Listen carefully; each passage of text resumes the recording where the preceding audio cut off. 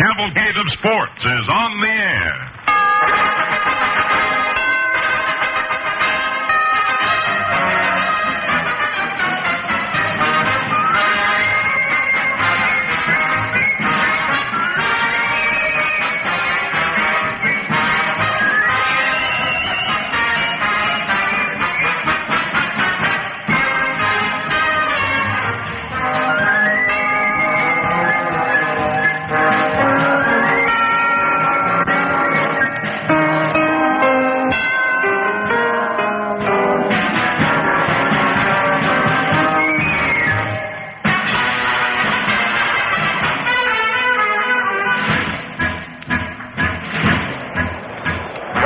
Baseball fans, this is Earl Gillespie at Yankee Stadium in New York, greeting you for the Gillette Safety Razor Company as the Milwaukee Braves and New York Yankees get ready for the opening game of the 1957 World Series.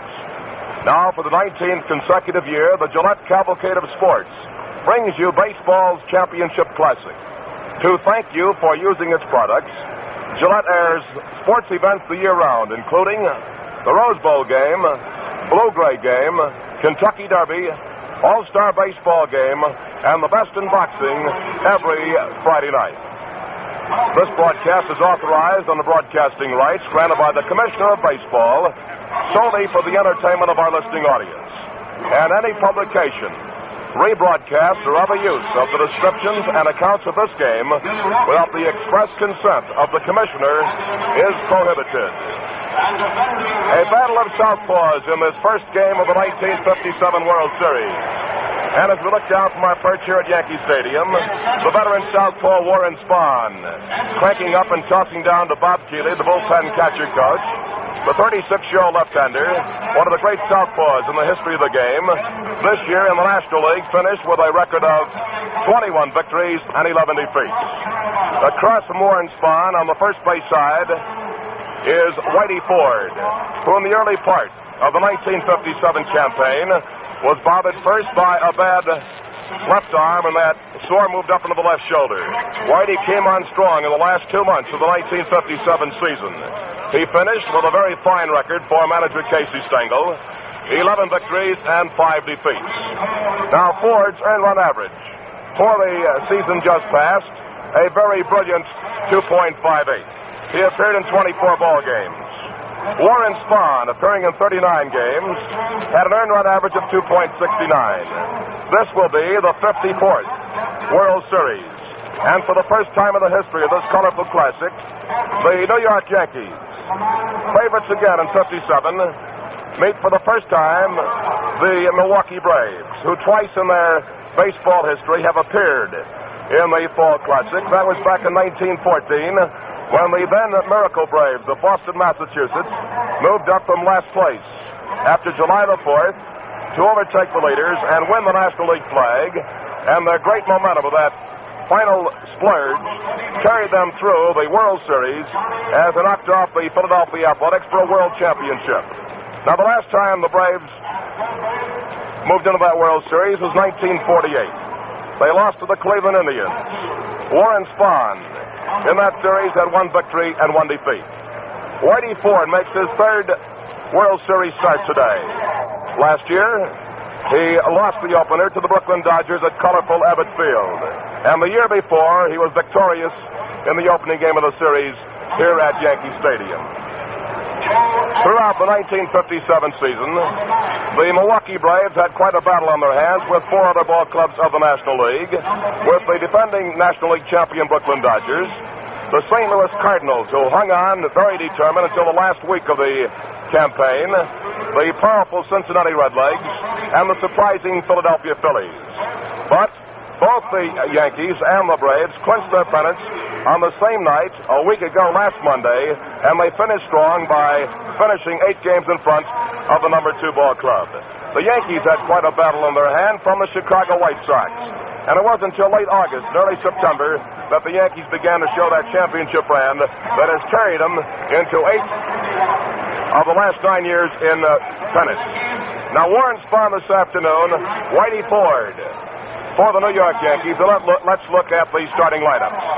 For manager Fred Haney, who is making his first appearance in the World Series. It'll be Red Schoendienst at second base. Johnny Logan at short. Eddie Matthews at third. Henry Aaron in center field. He was the Major League leader in home runs with 44, and in runs batted in with 132. Joe Adcock at first base. The veteran right fielder, Andy Pafko. Wes Covington in left. Del Crandall catching, and Warren Spahn the starter. For the New York Yankees, defending world champions this afternoon, Hank Bauer in right field. Gil McDougald at short. Mickey Mantle starting in center field. Bill Skowron at first base. Yogi Berra catching.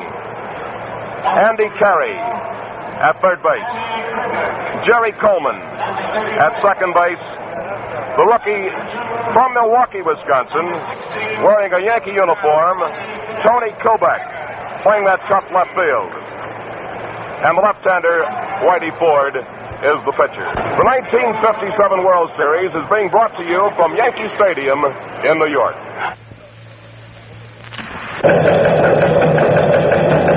This is John Cameron Swayze with news of a significant advance in the science of writing. In my years of news reporting, I've had many a pen stop writing just when I needed it most. You've probably had the same trouble. Chances are you weren't out of ink, the ink was simply clogged. Ink clogging, you see, is the major reason most ball pens stop writing. After years of research, Papermate has discovered an exclusive new ink formula with an amazing additive called Flogen that ends ink clogging. Because of its remarkable lubricating and anti-clogging properties, Papermate's new ink formula with Flogen writes all the time and every time, even on hard-to-write surfaces such as checks, glossy photos, even glass. So get smooth, dependable writing.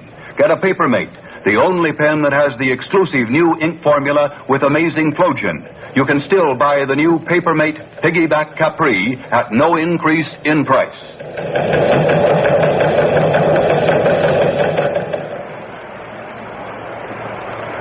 Back at Yankee Stadium, where the weatherman has cooperated fully today with a temperature at 65 degrees. This is not a pitcher's win, as the wind is blowing out towards right field. And the umpires this afternoon, 3 from the American and 3 from the National.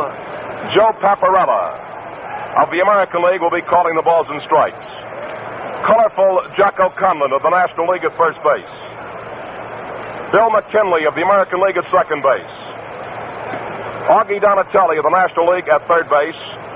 And down the left field line will be Frank Sikori of the National League. Down the right field line of the American League, Nestor Shilak. Both the left-handers continuing in their warm-ups. Whitey Ford for manager Casey Stengel. Warren Spahn for Fred Haney. This, by the way, represents the first Western Division ball club in a World Series since the St. Louis Cardinals of 1946. And as you look down that Yankee lineup, of course you see a lot of players who are well experienced in the Fall Classic. For the Braves now, their experience is very limited as far as a World Series is concerned. In the starting lineup this afternoon, Red Schoendienst has seen action in a series with the St. Louis Cardinals. Andy Pafko, back in 1952, wearing the uniform of the Brooklyn Dodgers, played the Yankees in a World Series. And Warren Spahn, Fred Haney's choice this afternoon, pitched in the 1948 series against the Cleveland Indians. The managers, Casey Stengel of the Yankees and Fred Haney of the Braves, have handed in their official batting orders. The umpires are ready to take their positions. The Braves here at Yankee Stadium occupy the third base dugout, while the New York Yankees are over here on the first base side. Down the left field line, it is 301 feet. To left center field, along 402. To deep left center field, 457. And to straightaway center field, 461 feet. To right center, it's 407. To right center field, shallow, it's 344. And down the right field line, it is a short 296. Opening day ceremonies out here, or rather opening World Series ceremonies, I should say, will feature something rather unusual, but I think it's the second time that it's taken place in a World Series. The most valuable player of the American League championship team of the United States will throw out the first ball. And this privilege and honor belongs to young Fred Fox of the Cincinnati American Legion post team that won the championship. Now, it so happens that 3 years ago, a youngster by the name of Russ Nixon threw out the first ball as the most valuable player of the American Legion. And today, Russ Nixon is a catcher with the Cleveland Indians. Many of the top stars in the major leagues began their baseball careers in the American Legion. Now, Whitey Ford has finished his warm-up throws. He is walking over towards the first base dugout. Left-hander Warren Spahn, who, along with his other Braves teammates, has been looking forward to this with great expectation and anticipation, continues to loosen up over here on the third base side. The umpires have taken their positions. The band is stationed out there in the deepest part of center field, and very shortly from Yankee Stadium, no doubt, we will have our national anthem. One of the big concerns of the Braves and the baseball experts will be the performance of of Henry Aaron and of Wes Covington, the Braves center fielder and left fielder, because of the troublesome shadows that extend out here around the fifth and sixth innings of the World Series. Fred Haney took his ball club into Yankee Stadium yesterday, hoping to work under actual game conditions, starting that work out at 1 o'clock. But there was no sun yesterday, so the shadows did not show up. And now, ladies and gentlemen, from Yankee Stadium, here in New York City, our national anthem.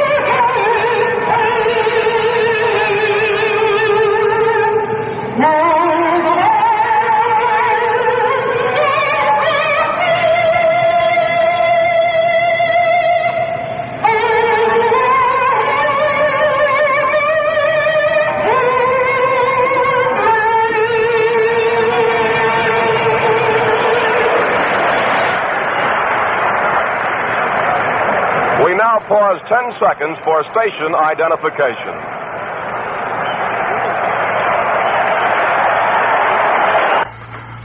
This is WGY, WGFM, Schenectady. They call me Saratoga, the girl from the Vichy Spring. My Vichy is the best in taste, the mixer with that extra zing.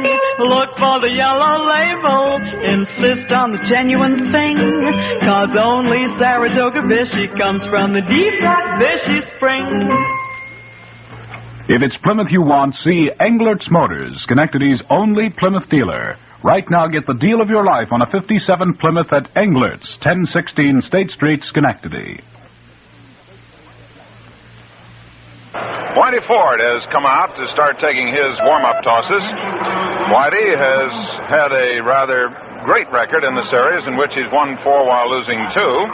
And his regular season pitching, he won 11 while losing 5. Whitey was hampered by a sore shoulder most of the season, but has come on strong in the closing days. And for the Milwaukee Braves, the great left-hander Warren Spahn, who has gone on like the old Mississippi, just rolled right along. Strong breeze today, as Earl told you, blowing out towards right field. And it will be a factor, undoubtedly, in this game.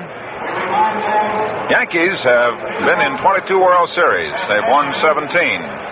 And for old Casey Stengel, this is the 10th. 8 out of 9 years for old Casey. The Yankees have been working diligently.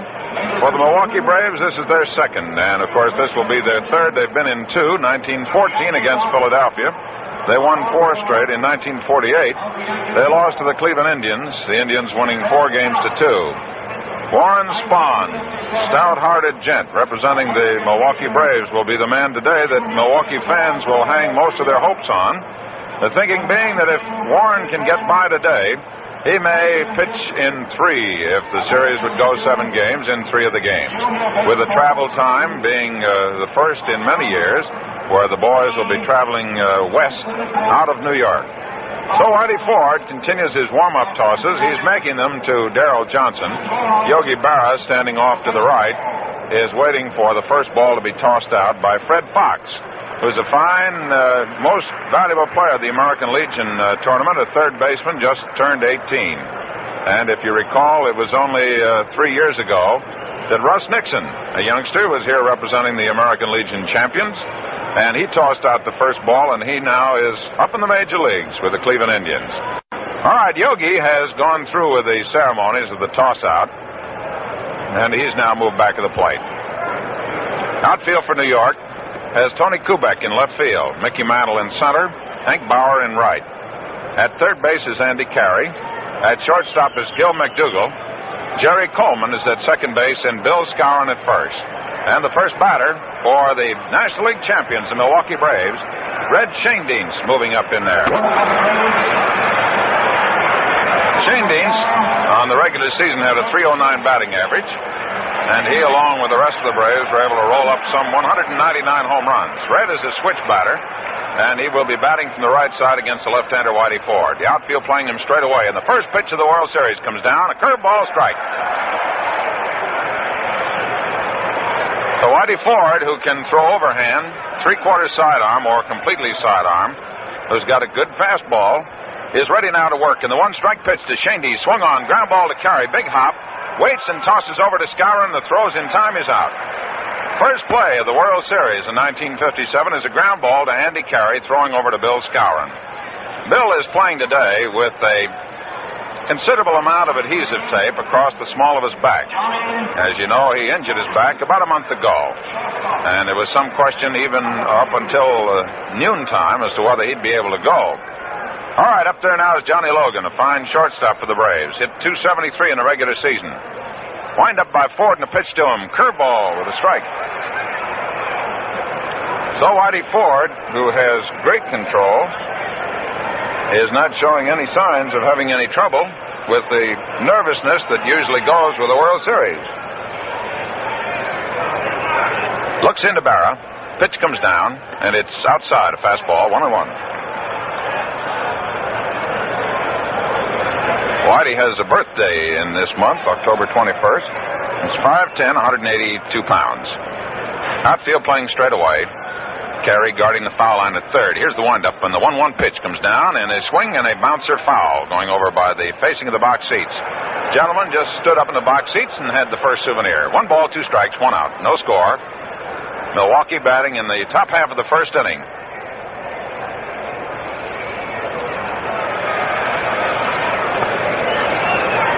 Johnny Logan steps back out of there, looks down to the third base coach, Connie Ryan. First base coach is Johnny Riddle. Left side of the infield backed up with Carey moving back a few steps, and the windup now is Whitey Ford. Here's the 1-2 pitch to him. Swung on, popped to the right side. Jerry Coleman moves out onto the outfield grass, still backing up. He's under it and takes it, out number 2. So Whitey Ford has disposed of the first 2 members of the Braves to face him here in the first inning. And Eddie Matthews comes along. Matthews hit for a .292 average in the regular season. Eddie also an October birthday, October 13th. Now lives in Brookfield, Wisconsin, 6'2", 195-pounder. Takes a ball inside. Eddie hit more home runs before his 25th birthday than any other player in Major League history. And he's out there to try and connect on that short right field line. The outfield around the right. Pitch to him, sweeping curveball for a strike. 1-1. Mickey Mantle is pulled around in right center field. Deep in right field is Hank Bauer. They're giving Eddie Matthews left center. And Carey has moved in a few steps off the edge of the infield grass at third. Wind up in the 1-1 delivery. Fastball for a strike. 1 ball, 2 strikes.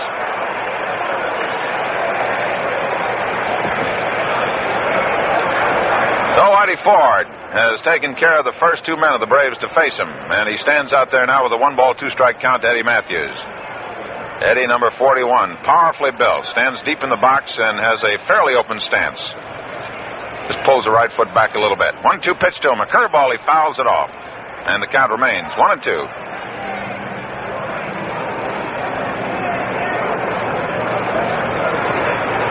Eddie has not only made great progress in the fielding of third base, but he has matured in his ability to look over those pitches that are good for him and to stay away from those that are bad for him. He looks out now as Whitey Ford gets ready for the windup, and the pitch comes down. Fastball, too low. 2 balls, 2 strikes. So Eddie Matthews digs a little dirt. Nobody on, 2 out. We're in the top of the first inning, no score. First game of the World Series. Ford ready to work, the left-hander. And the pitch comes to Matthews, too low with a curveball. 3 balls, 2 strikes. So the crowd anticipating perhaps that Whitey Ford may go the way of all left-handers, usually associated with a little control trouble, although Whitey has never had that problem. He looks in now to Yogi Berra. Matthews with a 3-2 count is waiting, and they pitch to him. Curveball, he pops it up. The left side, Andy Carey coming in right near the foul line. He's standing on the edge. He's got it. Fair ball. He popped to Andy Carey. So Eddie Matthews pops out to Andy Carey for 3 away in the top half of the first inning. No runs, no hits, no errors, nobody left for the Braves. And in the middle of the first inning, the score is Milwaukee 0 and New York 0. Well, the big one's underway, and to make sure you get more enjoyment out of every game, Gillette has a special World Series offer that's a honey. It's called Signals, the Secret Language of Baseball, free with the purchase of a Gillette Super Speed Razor. From an actual film of Paul Richards, manager of the Baltimore Orioles, you see the inside secrets of Major League signals demonstrated in fingertip movies. You zip the 8 reels off your thumb, and you see how big leaguers use the flash sign, the pump, the combination, the holding sign. You see how the bunt is called, the steal or the hit and run. You learn who gives the signs, when, and how. The whole fascinating story. You get Signals, the secret language of baseball, with the Gillette Super Speed Razor that matches your face for the best-looking, the most comfortable shaves you've ever had. Razor, Gillette Blue Blade dispenser, travel case, and fingertip movies, all for $1.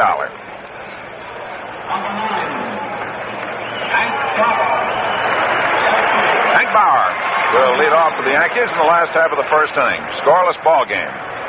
Warren Spahn, who has a excellent fastball, which he uses usually to set up a batter for his great curve, and a pitch that's known as a screwball. Outfield pull around the left for Bauer. The pitch comes down. He takes a fastball outside. Ball 1. Outfield for Milwaukee has Covington in left field. Around a few steps in left center is Hank Aaron. Andy Paff going right. Matthews at third, Logan at short, Shane Deans at second, and Adcock at first. Fastball over the outside corner, 1-1. Spahn is a quick worker, and with that high kick, the batter thinks he's looking right at those spikes, and all of a sudden that arm comes down and over. Wind up, and the 1-1 pitch is swung on, fouled off. 1 ball, 2 strikes.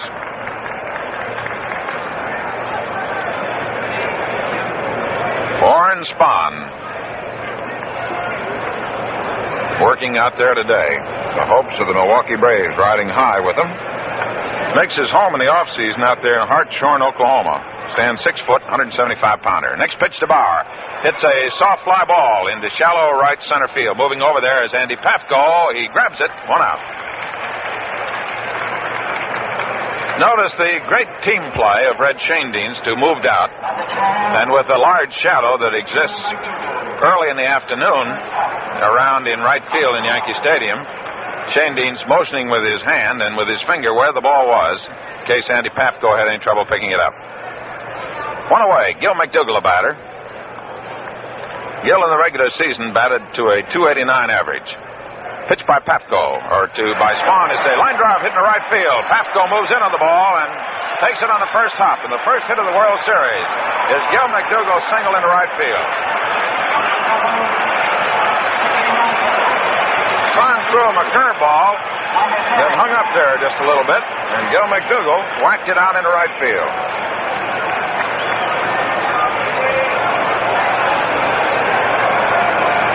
So Warren Spahn now with a base runner at first. Will pitch now to Mickey Mantle, batting from the right side. Outfield pulled around to the left. Pitch by Warren Spahn, a strike call. Mantle, bothered with a ailing left leg, may bat from the right side through the entire series, depending upon the progress of the injury. Next pitch to him. Feeds him a slider that's just inside. 1 ball, 1 strike. Covington is very deep in left field.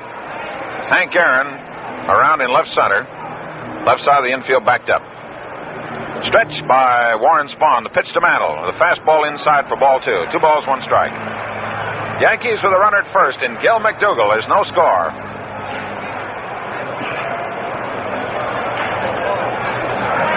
Whitey Ford retired the Milwaukee Braves in order in their half of the first.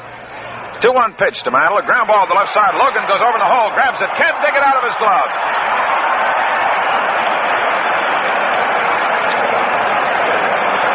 That ball went right into the webbing of Johnny Logan's glove, and he was not able to dig it out. It goes as a base hit. So the Yankees have put singles back to back. McDougall at second. Mickey Mantle at first. And that is one of the most unusual base hits you'll ever see. Ball hit in the pocket, went up between the thumb and the index finger on his glove, and stuck in there. Johnny Logan was not able to dig it out.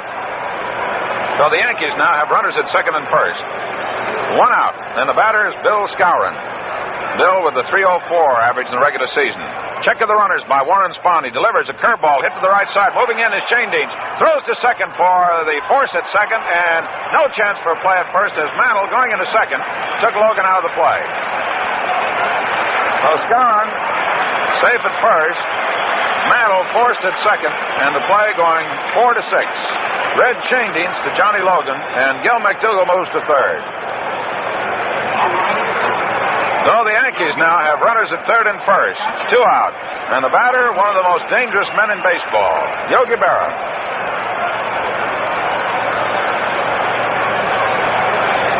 Yogi has had a lot of marginal spaces put in World Series records for his performances.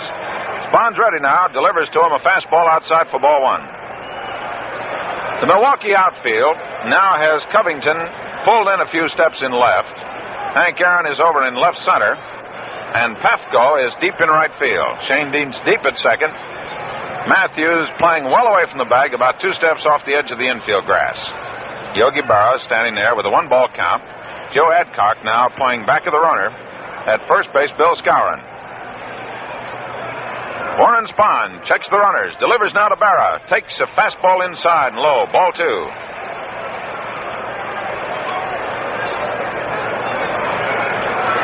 So Yogi stands up there. 2 men on, 2 men out, no score. Adcock again playing back of the runner. Pitch by Spahn to Berra. Fastball for a strike over the outside corner at the knees. 2 balls, 1 strike. Yogi stands deep in that left-hand batter's box.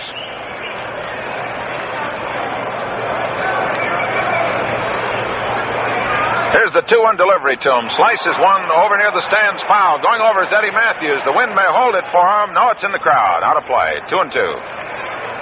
So Yogi has a life as he slices one foul that drifts into the lower stands.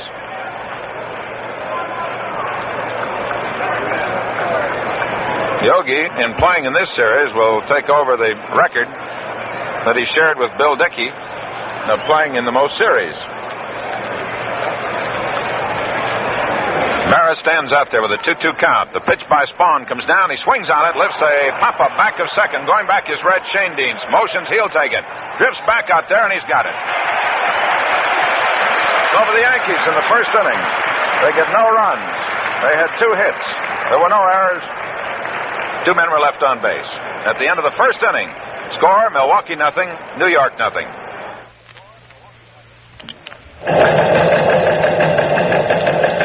This is Westbrook Van Boris with news from Papermate of a significant advance in the science of writing.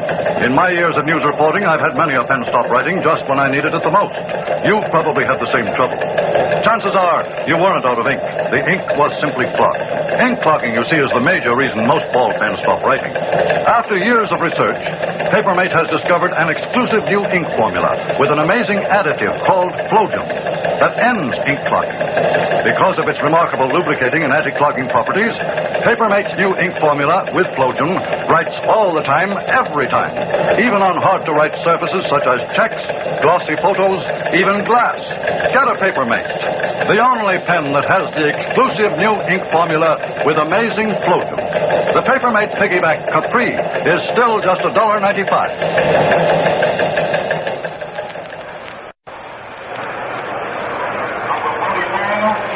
Ready to move into the top half of the second inning. Scoreless ball game. And Hank Aaron, one of the great players in the National League, and a youngster who really inspired the Milwaukee Braves, this year hit 44 home runs, leading the National League, drove in 132 runs. He's from Mobile, Alabama, 5'11", 170-pounder. Whitey Ford pitching the right-hand batter, and Aaron hits a slow bounder foul down the third baseline.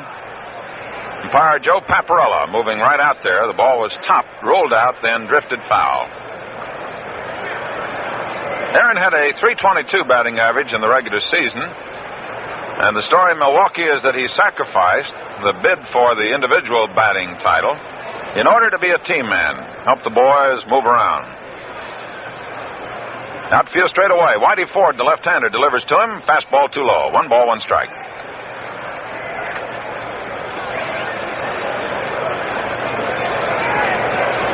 Ford looking into Yogi Berra. Aaron wearing number 44, right-hand batter. Pitch comes down to him. Swings on it. Misses for strike 2. Ford gave him that fastball. It acts like a screwball. It actually breaks away from a right-hand batter. Nor would break into a left-hand batter.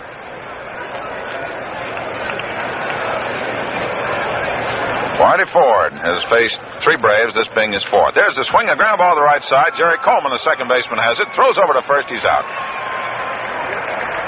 So Whitey Ford has retired the first 4 Braves batters to face him. Up now is Joe Adcock. Joe is from Louisiana. He's 6'4", 210 pounds. An old LSU lad. This is his first World Series. He's the only member of the playing combinations today that's ever hit a home run over the left field stands in Ebbets Field. Big, powerfully built gent. Had a fractured leg, was out from the middle of June to the middle of September for the Braves. Pitched by Whitey Ford to him, swung on, fly ball hit to the opposite field, maybe trouble as Hank Bauer comes over near the stands, reaching up, and he grabs it right in front of the seats. Adcock hitting to the opposite field.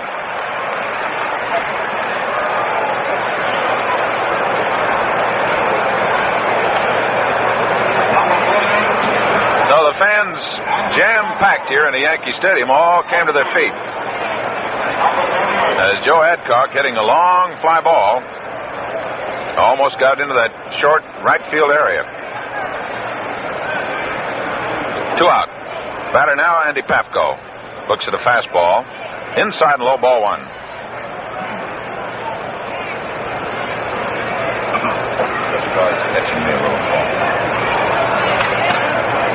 Papko is in the 54 World Series.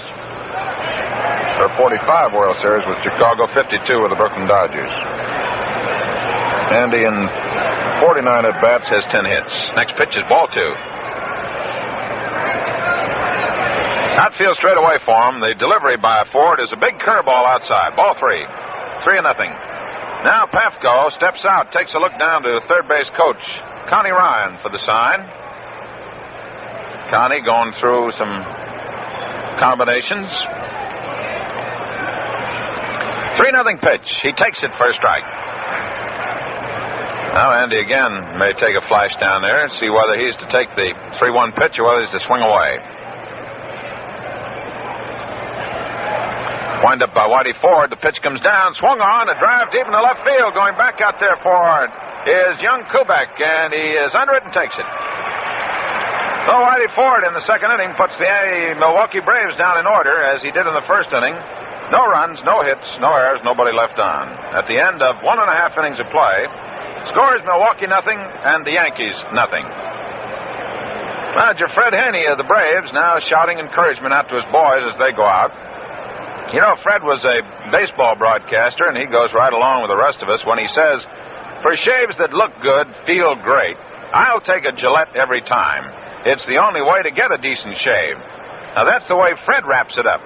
You see, today there are 3 Gillette Super Speed razors, light, regular, and heavy. Light is for men with lighter beards, regular for average skin and beard, and heavy for men with dense, hard-to-shave beards. Now, one is exactly right for you. It has the precise blade edge exposure, edge angle, and weight to give you immaculate shaves, comfortable all the way, and that's guaranteed. So as for the Gillette Super Speed Razor with Gillette Blue Blade dispenser and trim travel case, you get the whole outfit for $1, and as a World Series special, Signals, the secret language of baseball, is included free.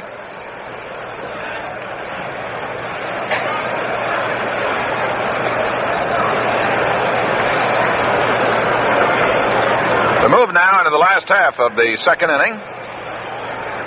For the Yankees, it'll be Andy Carey,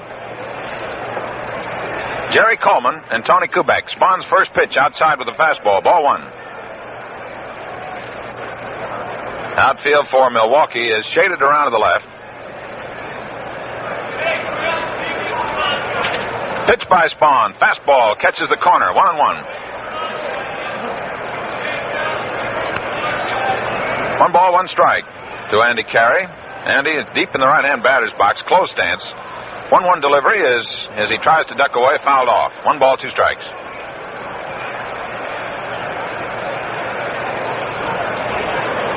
Andy, a young Californian from Malibu Beach.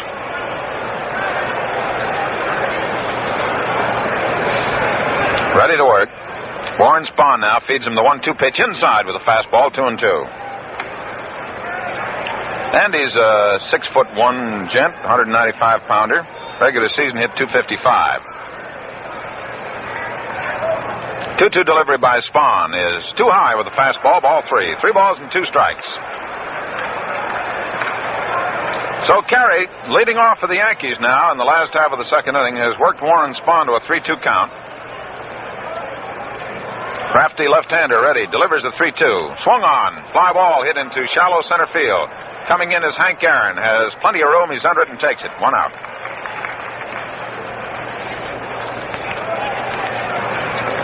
Brings up Jerry Coleman. Jerry, the second baseman. Been in 5 World Series.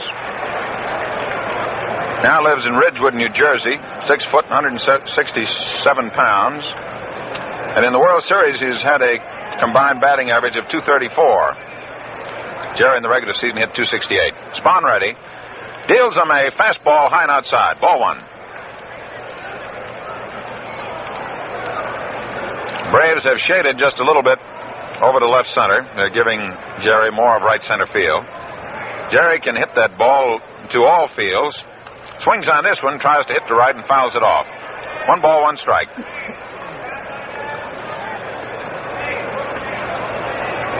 Coleman, utilized by Casey Stengel throughout the regular season of 1957. And Jerry can fill in at third base, at shortstop, at second base. 1-1 pitch now comes down to him. Swings on this one and fouls it off. Coming back upstairs, and it's 1 ball, 2 strikes. No score in the last half of the second inning. 1 out for the Yankees. Braves have gone down in order. 6 men have faced Whitey Ford, and 6 men have gone down. The Yankees have had 2 hits, and they've left 2 men on the bases. 1-2 pitch now to Coleman. Swung on, slices this one foul. Spahn is feeding Jerry Coleman that fastball and that screwball on the outside corner, and Coleman just trying to get a piece of it. Been fouling it back. Matthews backed up at third. Johnny Logan deep at short. Big windup now, then the kick in the 1-2 pitch. Tries to hit the right field. Hits it down the right field line. It's a fair ball. And rolling down off the corner. There's Coleman going for 2. Pap go up with the ball. Throws in to Logan. He's in there standing up.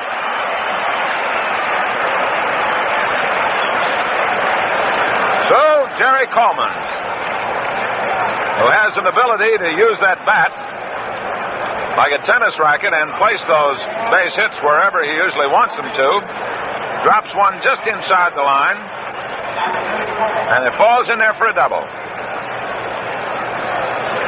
The Yankees have their 3rd hit. The batter now is Tony Kubek. This youngster who hails from Milwaukee. Tall, splendid young performer. Looks at a fastball from Warren Spahn. Strike 1. This is Tony's first World Series. And as a matter of fact, he will have a birthday on October the 12th. 1 strike pitch to him. Swings on it. Hits a little floater out in the left field. Coming on hard for it is Covington. He's under it and takes it. Ball looked for a minute like it might drop in to left center field. Not hit too hard. Covington coming hard for it made the grab. 2 out. So Whitey Ford will be the batter now with 2 out, a runner at second base, and Jerry Coleman. No score in the ball game in the last half of the 2nd inning. Whitey as a batter in the regular season was pretty good. In 24 games, had 42 times at bat. Wound up with a 143 batting average.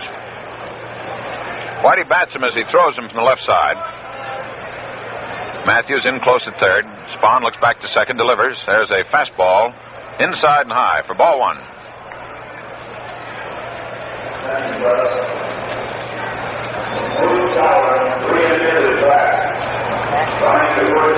One ball.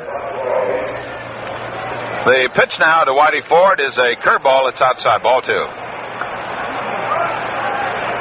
Report has just been made to the press box that Bill Skowron re-injured his back running down to first base and has had to leave the ball game.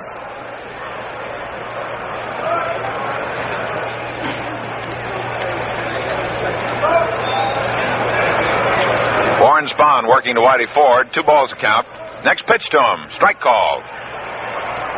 Got a curveball over the outside corner at the belt. So that's a tough break for Moose Skowron, who re-injured his back running down the first base line in the 1st inning.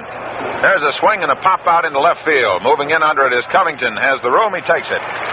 So again, the Yankees get a man on, but again, Warren Spahn able to meet the task.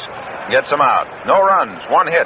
No errors, 1 man left on. At the end of 2, the score is Milwaukee nothing, the Yankees nothing. And we have a change at first base for the Yankees. Elston Howard, who has spent most of the season for New York either catching or in the outfield, but who's been working for the past 2 weeks with a first baseman's glove, will now take over at first base.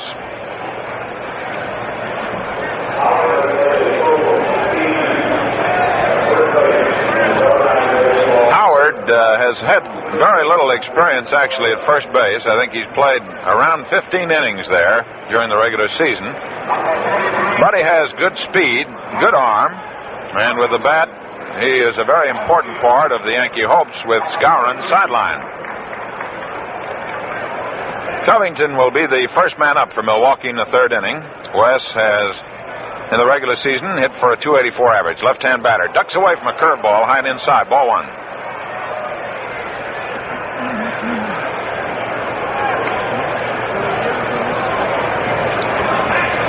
Outfield pulled around to the right for him. Right side of the infield backed up for the Yankees. Coleman at second. Howard at first. Pitch by Ford. A curveball. Inside for ball 2.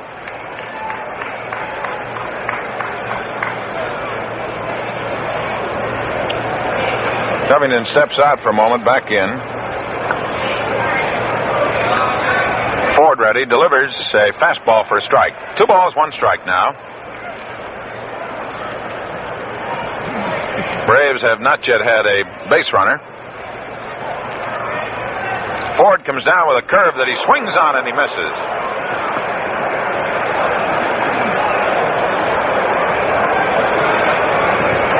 So it's 2 balls, 2 strikes. First game of the World Series. Whitey Ford, working out there for the Yankees, comes down with a 2-2 curveball. It snaps over for a strike. And the first strikeout goes to Whitey Ford as he breaks a big breaking curveball over. 1 away in the 3rd inning.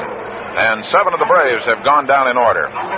Del Crandall is up there now. He has a .253 batting average. Del from Ontario, California, 6'1", 188-pounder. This is his first World Series. Swings and loops one out into center field. It's in there for a base hit. So Del Crandall gets the first base hit for the Milwaukee Braves in the top of the 3rd inning. And the hits now are 1 for Milwaukee, 3 for the Yankees, no score. And the batter now is Warren Spahn. Spahn, like his opponent today, pretty good rapper. Spahn had a 138 average.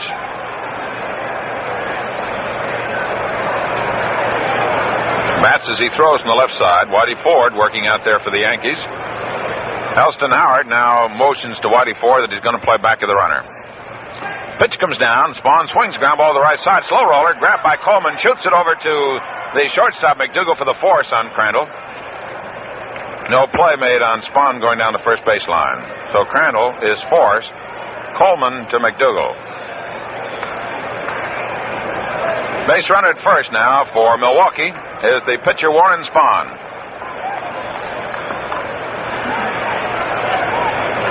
Fred Schoendienst, as he moves in there, takes a look now down to the third base coach, Connie Ryan. And Spahn takes a lead away from first. Whitey Ford out there on the mound, looking into Yogi Berra for a sign. Outfield straight away. Pitch comes down to Schoendienst, and he takes it high and outside for ball 1. Redhead asks umpire Joe Paparella to take a look at the baseball.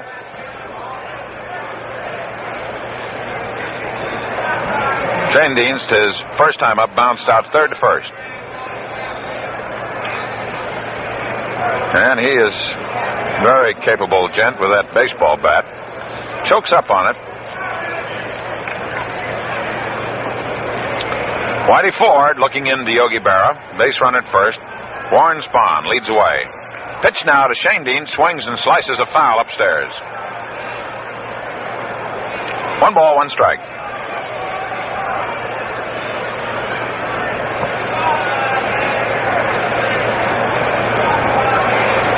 Again, Schoendienst takes a flash down to Connie Ryan. Spahn with a short lead. Pitches a fastball. Swung over for strike 2. Ford is the possessor of what is known as a sneaky fastball. When you look at it, it doesn't look like the blazer that men like Bob Turley or Herb Score throw. But when you bat against it, the players tell us it comes up there quicker than you think. Look to first, 1-2 pitch, swung on, foul back. 1 ball, 2 strikes to Schoendienst, 2 out. We're in the top of the 3rd inning here in Yankee Stadium. First game of the World Series, and the score is Milwaukee nothing and the Yankees nothing. Braves getting their first base runner here in the 3rd. Breeze blowing out towards right field as Whitey Ford checks the runner at first. Delivers on the 1-2. A swing and a line drive hit out into left center field. Mickey Mantle coming hard for it. He grabs it. Schoendienst lines to Mantle. And it retires the side in the 3rd inning for Milwaukee. No runs on 1 hit. No errors. 1 man left on. At the end of 2.5 innings of play, the score reads Milwaukee nothing and the Yankees nothing. Say, have you ever noticed the number of times we announcers tell you a batter is checking his coach for a hit or a take sign? How these signs are given, when to watch for them? Well, everything about this interesting and little-known part of baseball is revealed in signals, the secret language of baseball, and it's yours free when you buy the Gillette Super Speed Razor. Now, here are 8 reels of action photos featuring Paul Richards, the manager of the Baltimore Orioles, in fingertip movies. You flip these stills off your thumb and you watch Richards demonstrate in real-life action the flash sign, the combination, the pump. How to call for a bunt, a steal, a curve, or any kind of pitch is clearly shown and also explained by one of the nation's top baseball experts. For more baseball enjoyment, get Signals, the secret language of baseball, with the Gillette Super Speed Razor, light, regular, or heavy. Matched to your face for quick shaves, clean shaves, and comfort that's brand new. $1 gets everything: razor, Gillette Blue Blade dispenser, travel case, plus the secret language of baseball, free. Last of the third now for the Yankees. Hank Bauer will lead off. Bauer up his first time in the first inning, hit a fly ball to right field.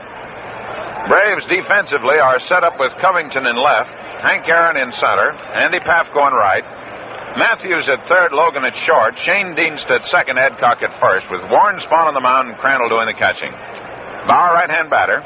Spahn ready, delivers with the left arm a fastball too low, ball 1. Frankie Crosetti coaching at third for New York, Charlie Keller coaching at first. Aaron shaded now a few steps over in left center for Bauer. 1-ball pitch, swings and misses for a strike. And Mr. Spahn possesses that good, sneaky fastball. So Warren Spahn works out there, 1 ball, 1 strike. Wind up in that high kick, and the pitch comes down outside as Bauer shortened up as if to bunt. 2 balls, 1 strike.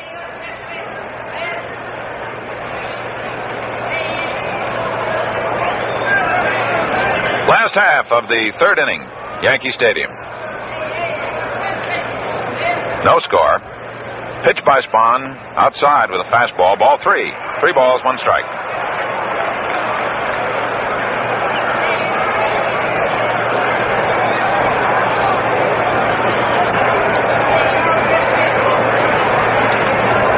Three and 1 now as Warren Spahn gets ready. Here's the delivery coming down to Bauer. Swings on it, hits a bouncer. Going over for it is Logan. He's got it. Throws over to Adcock. He's out. Johnny Logan, who had little trouble digging one out of the webbing of his glove off the bat of Mickey Mantle in the first inning, goes to his left, fields this one perfectly, and fires over for the out. 1 away, and the batter now Gil McDougall. Gil looped one out into right field for the first hit of the series in the first inning. Spahn gets the sign from Crandall. The windup and the pitch on the way. Swings on it, hits a fly ball deep in the left field. Going over near the stands is Covington, and he's got it. So there's 2 out.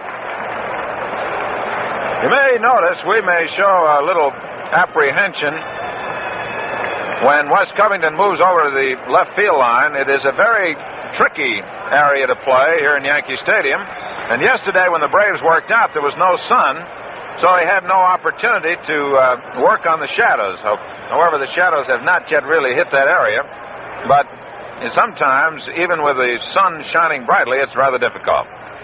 Pitch now to Mickey Mantle. Swings and fouls it off upstairs. Mantle stroked a ground ball to Johnny Logan that stuck in the webbing. Mickey got credit for a base hit. Playing with his left knee, very heavily bandaged. Outfield way around to the left end deep. Pitch by Spahn to him. Gets a fastball over the outside corner, strike 2 call. Mickey in the regular season had 28 doubles, 6 triples, and 34 home runs. Hit for a .365 average. Spahn with a 2-strike pitch to Mantle. Just misses with a fastball. 1 ball, 2 strikes. Mickey has been in 5 World Series, this being his 6th. He's hit a Grand Slam home run, which he hit on October the 4th, 1953. Injured his knee in 1951. Warren Spahn with the sign into the windup, and the 1-2 pitch to Mantle. Comes down, he swings and fouls it off.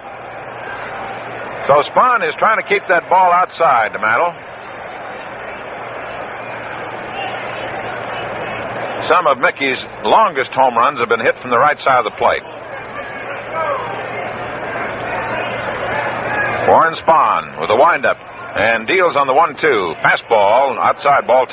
2-2. Johnny Logan is shaded over on the left side of the infield, or shaded over near the hole for the shortstop. Matthews playing deep at third. Here's the windup. 2-2 pitch. Comes down. Swung on, and a fly ball hit high and shallow into left field. Logan going out. Coming in is Covington. Glasses down under it and takes it. So the Yankees go down in order for the first time in the third inning. No runs, no hits, no errors, nobody left on. At the end of 3 innings in the first game of the World Series, the score is Milwaukee 0, the Yankees 0. Look sharp, feel sharp, be sharp and listen, mister. How are you fixed for blades? Do you have blades? How are you fixed for blades? You better check. Please make sure you have enough, 'cause a worn out blade makes you shaving mighty tough. How are you fixed for blades? Better look, Gillette Blue Blades, I mean. Top of the 4th inning as the first game of the World Series moves right along. 2 great left-handers, Whitey Ford for the Yankees, Warren Spahn for the Milwaukee Braves.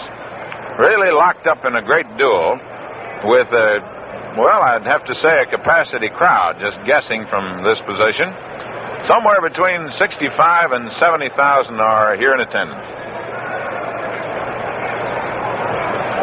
And they're all rooting for a great ball game, and that's what they're seeing. Braves now will lead off in the top of the 4th inning with Johnny Logan. Eddie Matthews will follow, and Hank Aaron, as Whitey Ford has given up only 1 hit, has struck out 1, has not walked a batter. So Johnny Logan stretches his arms out. 273 batting average regular season. Right-hand batter takes a curve that sweeps low for ball 1. Yankees have Tony Kubek, the youngster, out in left field. 1-ball pitch is a little too high for ball 2. Mantle is in center, Hank Bauer in right, Andy Carey at third, McDougal at short, Jerry Coleman at second, and Elston Howard has taken over, and did take over in the 3rd inning, for Bill Scowen, who re-injured his back. Yogi Berra gives the sign. The windup by Ford. The pitch to Logan. A swing and a ground ball to the left side. Coming in is McDougal. It bounces up to him. Throws over to Howard. He's out. So Logan bounces out. Short to first. Gil McDougal to Elston Howard. And there's 1 away for the Braves in the top of the 4th inning. Brings up Eddie Matthews, who popped to the third baseman, Andy Carey, for the final out in the 1st inning. Eddie bats from the left side, and the Yankee infield moves back on the edge of the outfield grass, and the outfield's pulled around to the right. Give him left center field. Pitch by Ford to him, a curveball outside and low, ball 1.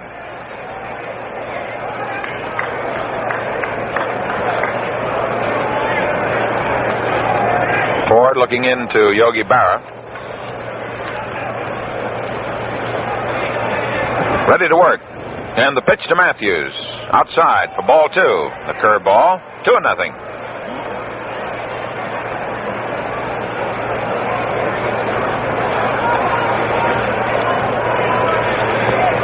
Eddie Matthews, who can stroke that ball. Waiting now for Whitey Ford. Pitch to him is a swing and a miss. Eddie had 32 home runs in the regular season, had 94 runs batted in, hit for a .292 average with 28 doubles and 9 triples. Was up 572 times. 2 balls, 1 strike. Whitey Ford slowing the pace down a little bit as he tries to carefully measure Matthews. 2-1 delivery, sidearm curveball outside. That sidearm curve to a left-hand batter must look like the pitch is coming from first base. It's almost like a crossfire, with Whitey having the ability to bring his arm all the way around sidearm. 3 balls, 1 strike. Pitch now to Matthews. Fastball. It's inside, ball 4. Whitey Ford gives up his first base on balls. And that's the first walk given up by either pitcher today. So the Braves start something cooking here in the top of the 4th inning, and it brings up Hank Aaron. Aaron bounced out second to first in the 2nd inning. This young man has fine wrists, quick wrists. And they're loaded with power, as the 44 home runs attest. Ford checking the runner, goes to first. Both Whitey Ford and Warren Spahn have perhaps the best motion of a pitcher going to first base. And the runners very rarely take too much of an advantage over them. Again, Ford goes to first, and the throw is dropped by Elston Howard. Aaron won the National League batting title in 1956, and he was only 22. Second youngest champion in the National League history. Look to first, the pitch to Aaron. Outside with a fastball. Ball 1.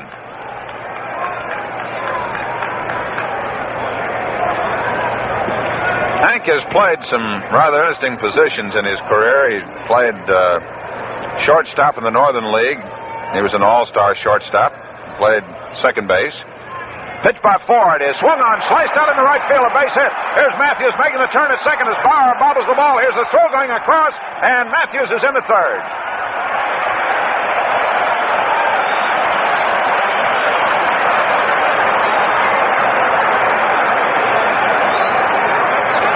So Hank Aaron slices one into right field.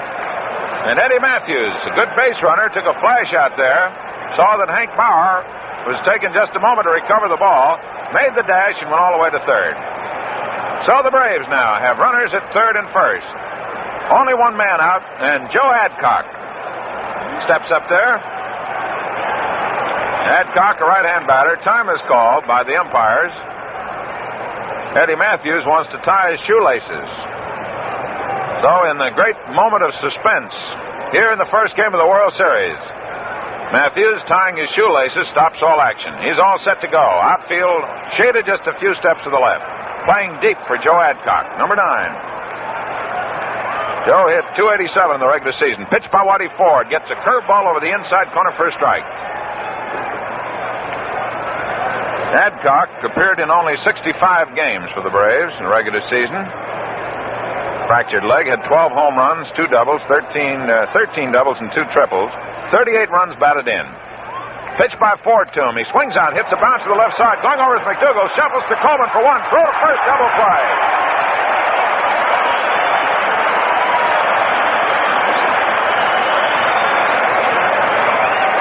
So the double play gets Whitey Ford out of a jam. And in the 4th inning for the Milwaukee Braves, they get no runs. They had 1 hit. 1 base on balls, no errors, and 1 man left on the bases. So at the end of 3.5 innings of play, score Milwaukee nothing, the Yankees nothing. Well, everybody guessing here today how many fans are in the stands. Probably between, 65, 70,000. You know, it would take 180 Yankee stadiums packed to the guards to accommodate the men who use instant lather shaving cream today. Yes, sir, over 12 million men now use this modern, convenient way to get that clean feeling only a shaving cream shave can give. Gillette Foamy is right up there with the best of them. It's jet fast, convenient as they come. Quick as you trip the nozzle, you get rich, creamy lather. Stand-up lather that holds a barrel of moisture to make tough beards a soft touch.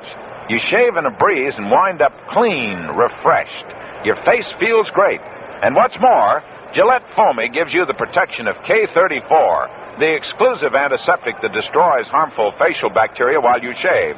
Worth a try, isn't it? So get yourself a can of Gillette Foamy Instant Lather. The convenient bomb-type container, enough to last you 3 months, costs 79 cents.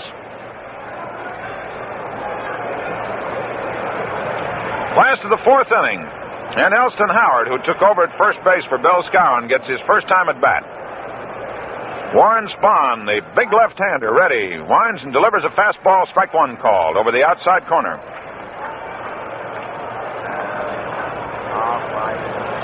Elston from St. Louis, Missouri, is playing in his third World Series. Swings and slices one, foul. Grabbed by Charlie Keller, the first base coach, barehanded. Great play by Charlie, who swung around then like a merry-go-round.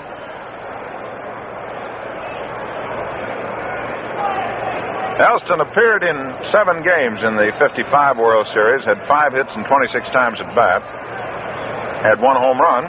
Last year, got himself a home run. Spahn delivers to him. Swits on a ground ball down to the right side. Grabbing it is Adcock. The race for the bag is out. He went for a screwball breaking outside, hit to the right side of the infield, and Adcock, able to grab it, raced him for the bag and beat him. So Elston Howard grounds out to Joe Adcock, out number 1, last half of the 4th inning, no score. The Braves have no runs on 2 hits. They have committed no errors. The Yankees have no runs. They have 3 hits, and they have committed no errors. Batter now, Yogi Berra. Wind up by Spahn on the pitch. Curve outside. Ball 1. Spahn has given up 3 hits, has not walked a batter, nor has he struck out any. Yankees have left 3 men on the bases. Braves have left 2. Next pitch. Swung on, sliced foul. Coming back in the stands, 1 ball, 1 strike.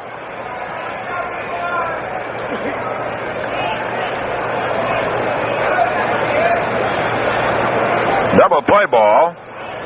Got Whitey Ford out of a jam in the 4th inning. And Spahn got out of a jam after having 2 Yankees on. There's a high fly ball hit into right field. Lots of room for Andy Pafko as he moves over under it. He's got it. Out number 2. So Yogi Berra is now 0 for 2. He's popped to the second baseman, fly to the right fielder, and up comes Andy Carey. Andy hit a fly ball into center field in the 2nd inning. Right-hand batter. He has power.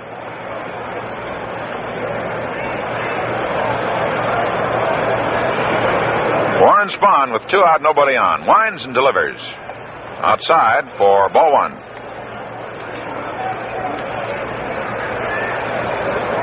Spahn, since he gave up a double to Coleman, has retired in the last 7 Yankees in order. There's a swing, a line drive hit out into right center field. Pafko moving in, still coming in, and he grabs it. So in the 4th inning, the Yankees quickly go down in order. No runs, no hits, no errors, nobody left on. And at the end of 4 full innings of play, the score reads Milwaukee nothing, New York Yankees nothing.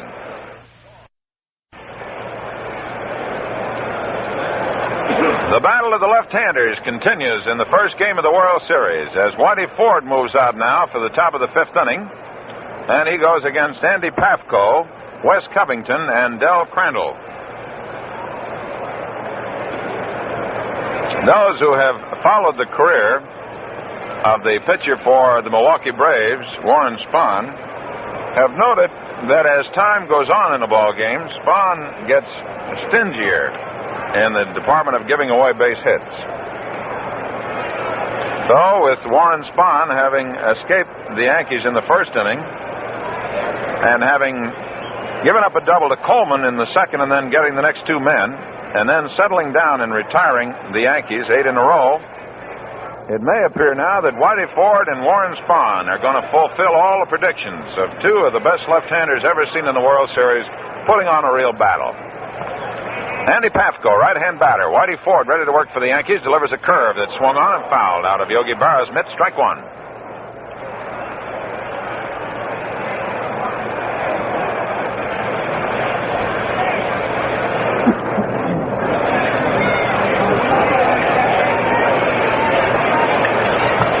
Ford gets the sign from Yogi Berra, and the pitch comes down. Swung on and missed on a fastball, strike 2. Ford's earned run average during the regular season was 2.58. And Warren Spahn had a 2.69. So 2 really great pitches out there. Ground ball hit foul, and the count remains at 2 strikes. Warren's lifetime earned run average is under 3 runs.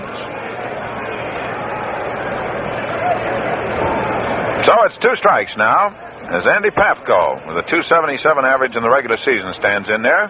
2-strike pitch to him. Swung, a bouncer, hit by Ford, going back to second. McDougall goes back there, grabs it, makes the throw. He's out at first. Fine play by Gil McDougall of a bouncing ball hit just to the left of Whitey Ford and hit almost back of second base. McDougall, a shortstop, moved over, fielded the ball, and while running in the direction of first base, threw over to get the runner. So the oohs and ahs will be ringing for some time through the stands now as Gil McDougall robs Andy Pafko. Batter, the left-hand batting Covington, who was called out on strikes in the 3rd inning. Pitch by Ford, a curveball. Outside and low, ball 1. No score. Yankees have 3 hits, Milwaukee with 2 hits. We're in the top of the 5th. Pitch by Ford is a curveball. It hangs inside, ball 2.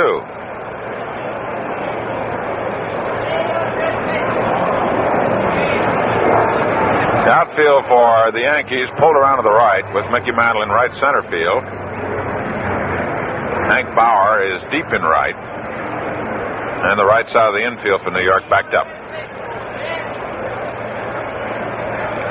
2-0. Ready to work is Whitey Ford. Pitch comes down. Fastball over the outside corner, and it's 2 balls, 1 strike.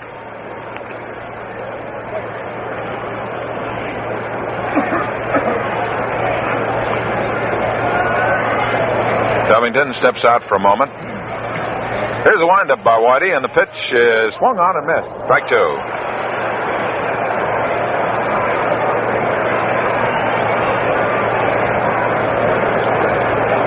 Two balls, 2 strikes. We are in the top of the 5th inning. 1 away, nobody on. Here's the 2-2 pitch. He fouls it off, and the count remains 2-2.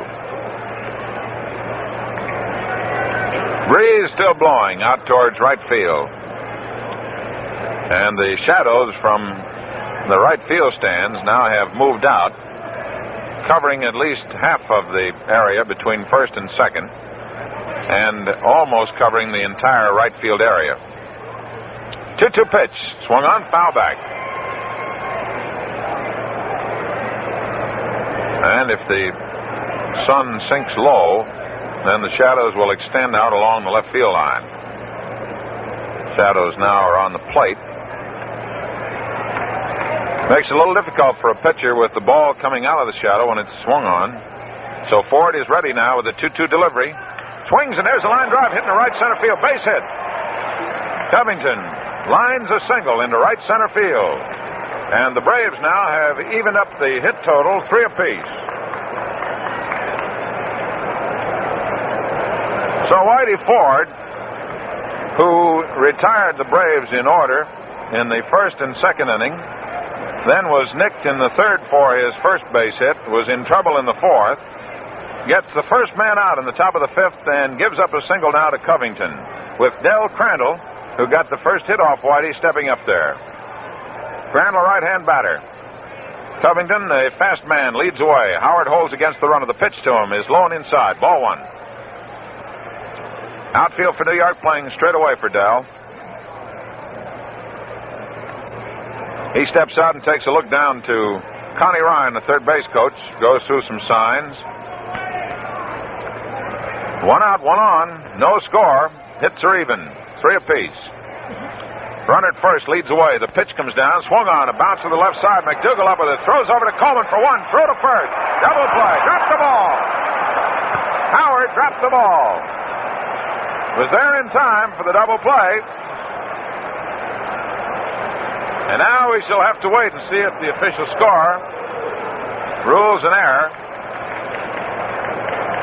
So the official score charges an error to the first baseman, Elson Howard, for dropping the ball.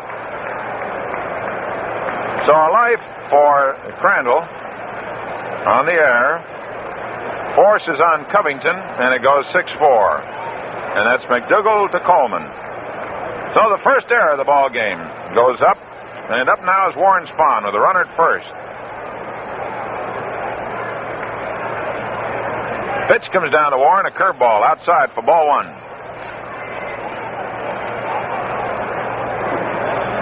In fairness to Elston Howard, it must be pointed out that he's only played the equivalent of 15 innings at first base. Inside for ball two. Not trying to excuse the fact that an error has been committed, but in fairness to the player, Elston has been working as a catcher and an outfielder. And with Casey Stengel wanting to have a right-hand batter in there, he's got Howard at first base. All right, the runner at first. Del Crandall leads away. Curveball is low and outside. Ball three. 3-0. And Warren Spahn takes a look down to Connie Ryan. See whether he ought to take one.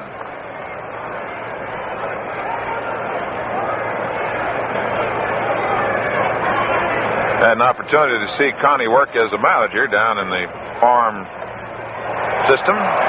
Inside for ball four.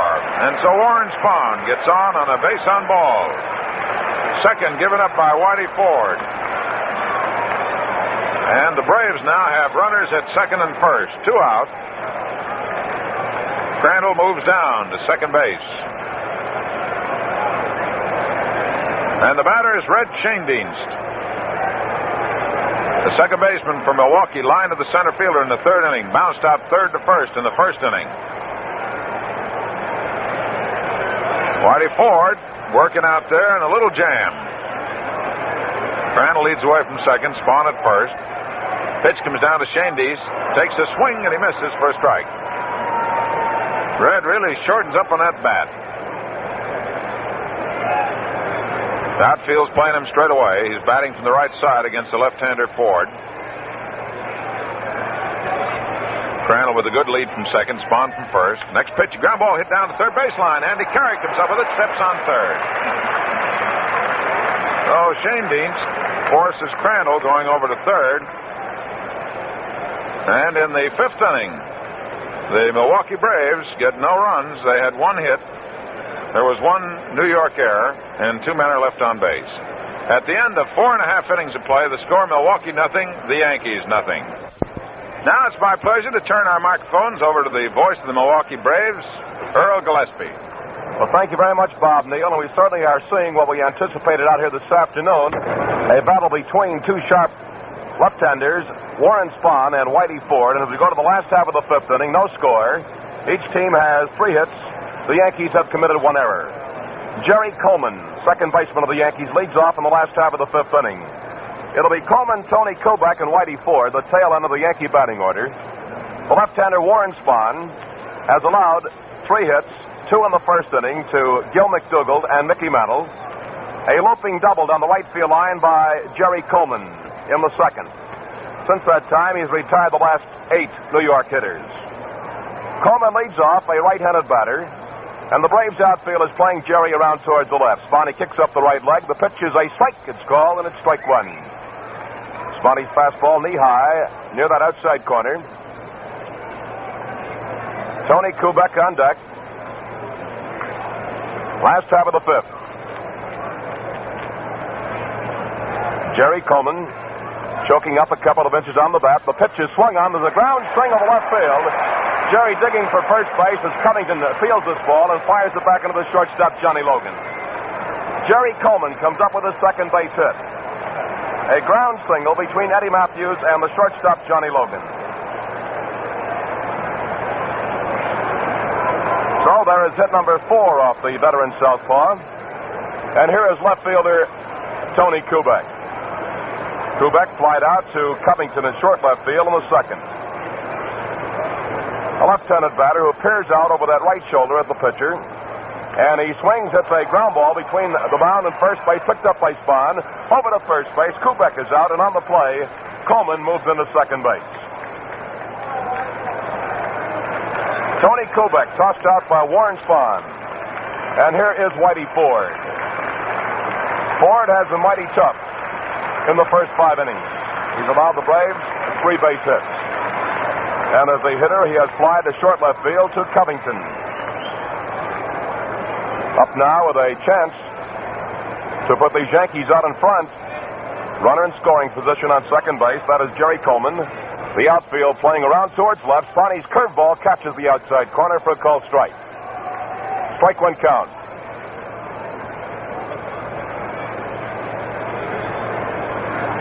Wes Covington, shallow, straight away in left field.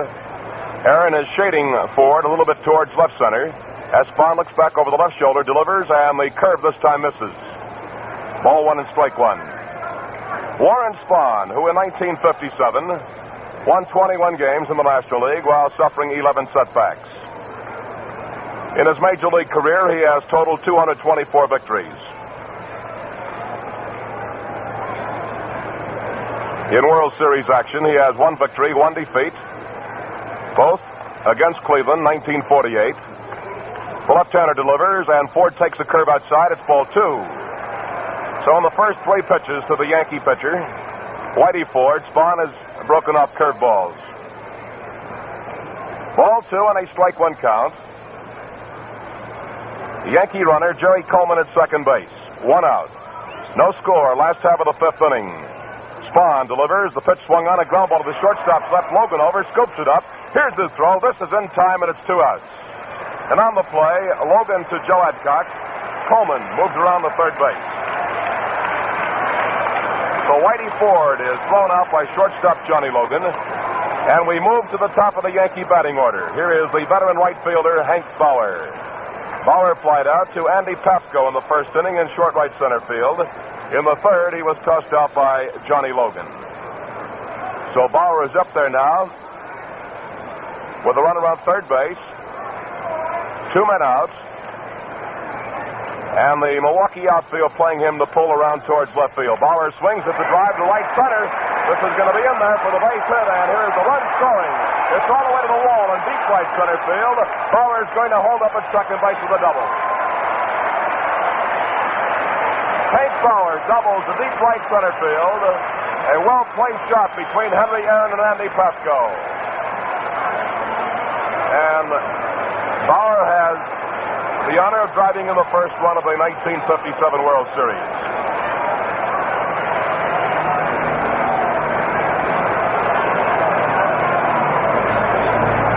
Yankees lead 1-0. Gil McDougall in the batter's box. The New York shortstop has single to right field, and he is flied to fairly deep left field near the stands in the left field corner to Covington. Runner on second base, two outs. The pitch is just outside the ball. We have had no action in either bullpen as yet this afternoon. The Yankees drawing first blood in the last half of the fifth. Bauer takes the lead off second base. Spahn checks the runner, kicks the leg, delivers, and the pitch is outside. That looked like Warren screwball, and it's ball two and no strikes. A pitch he worked on a couple of years ago.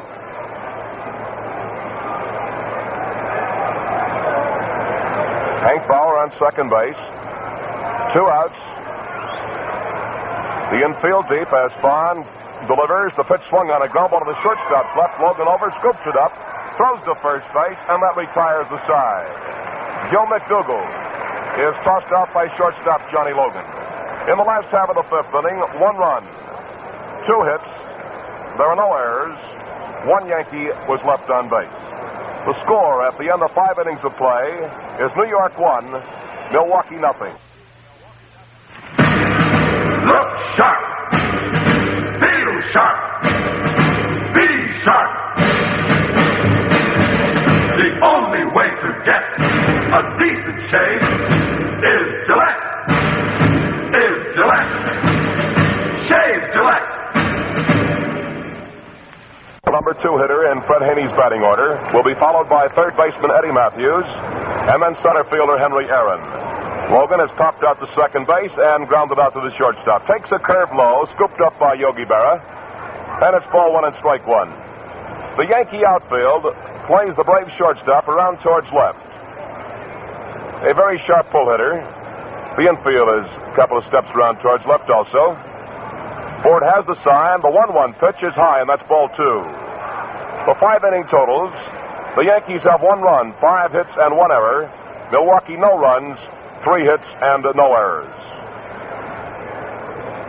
Whitey Ford checking with Yogi Berra.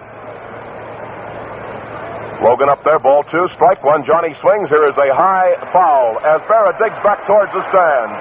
He has no chance. Ball landing about 5 feet from Yogi as he dug towards the screen in front of the box seats. That ball was not high enough to allow Berra time to get underneath it. And there is a break for shortstop Johnny Logan. It's ball 2, strike 2.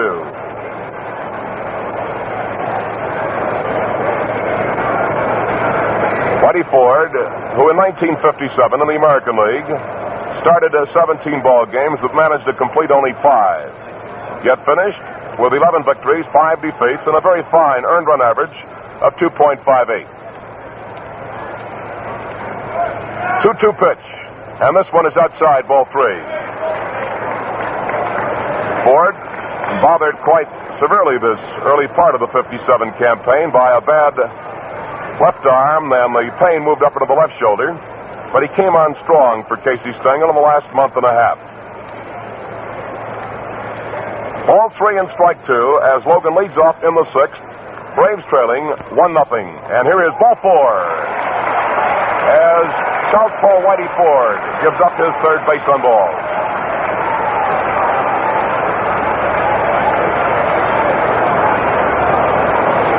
So Milwaukee has Logan on first base. Nobody is out. And third baseman Eddie Matthews, before stepping into the batter's box, glances down at third base coach Connie Ryan. Eddie has popped out to Andy Carey at third base, and he has drawn one of Ford's 3 walks. Free pass came in the 4th. Matthews standing deep. Looks out now at the left-hander. The runner on first base takes a short lead. Ford delivers. The curve is a called strike. Yankee outfield is playing Matthews deep and towards right. Hank Bauer is stationed about 10 feet in front of the 344 mark, while Mantle is shading Matthews a little bit around towards right center. Ford's pitch misses outside, and it's even up at ball 1 and strike 1. Yankees 1, Milwaukee nothing, 6th inning. Second game of the series here at Yankee Stadium tomorrow. Off day on Friday. And games 3, 4, and 5 will be played at Milwaukee County Stadium on Saturday, Sunday, and Monday.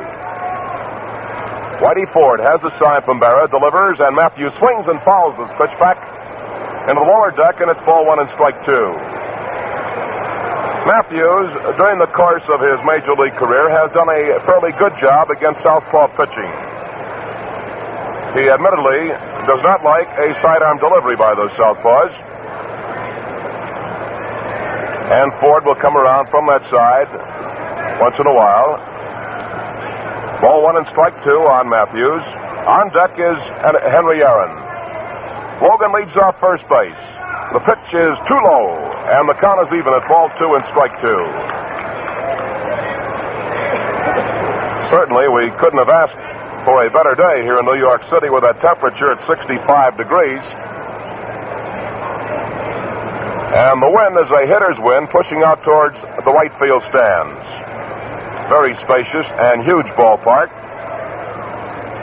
Ball 2 and strike 2 on Eddie Matthews, left-handed batter. Whitey Ford fires away. The curve breaks way outside. Ball 3. So Matthews now has worked Ford to the full count. Ball 3, strike 2. Logan at first base represents the tying run, and Johnny has called the time. He is checking with Johnny Riddle. Call the time looking at the National League umpire working at first base, Jocko Conlon.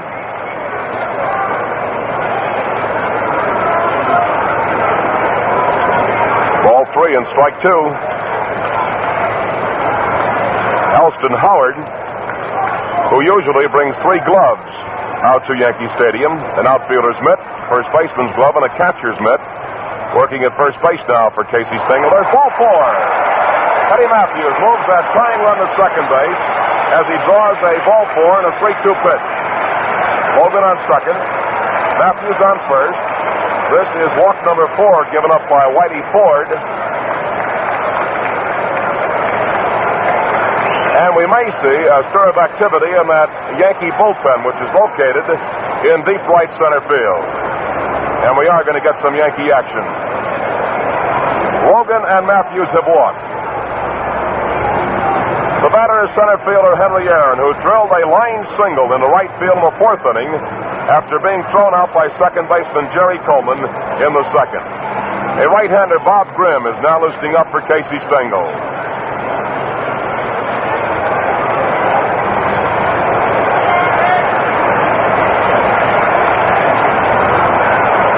Henry Aaron. Runners on first and second base, nobody out. Ford's first pitch, a swing and a roller foul. Off to the left of the plate, and the count is strike one. Yankees won, the Braves nothing. Milwaukee batting in the top half of the sixth inning. Bob Grimm, who made 46 appearances for the Yankees during the regular campaign, is loosening up in the bullpen. His record was 12 wins, 8 defeats. Braves have Logan at second base, fast runner Matthews on first base. The pitch is a called strike as Whitey Ford goes to that outside corner on Henry Aaron. Strike two count.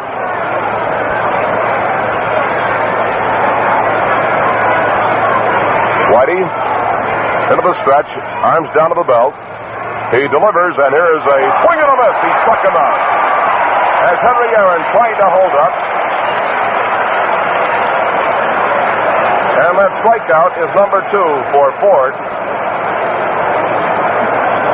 Coming here at a big moment in the sixth inning. One man is out, and the first baseman, Joe Adcock, who had a chance to give the Braves a lead in the fourth inning, with runners on first and third, but grounded into a double play, is up there now with teammates at first and second base. In the second, Joe had flied near the fence to Bauer in right field. The pitch is swung on as the ground ball to the first baseman's right. He's over fast, picks it up, throws to the pitcher, covering, gets his man in a very fine play. Elston Howard, far to his right that time in a slow roller, as Adcock looked like he tried to hold up on the swing. Howard tossed to Whitey Ford, who was over covering first base, as Logan moved to third and Matthews pulls up at second base.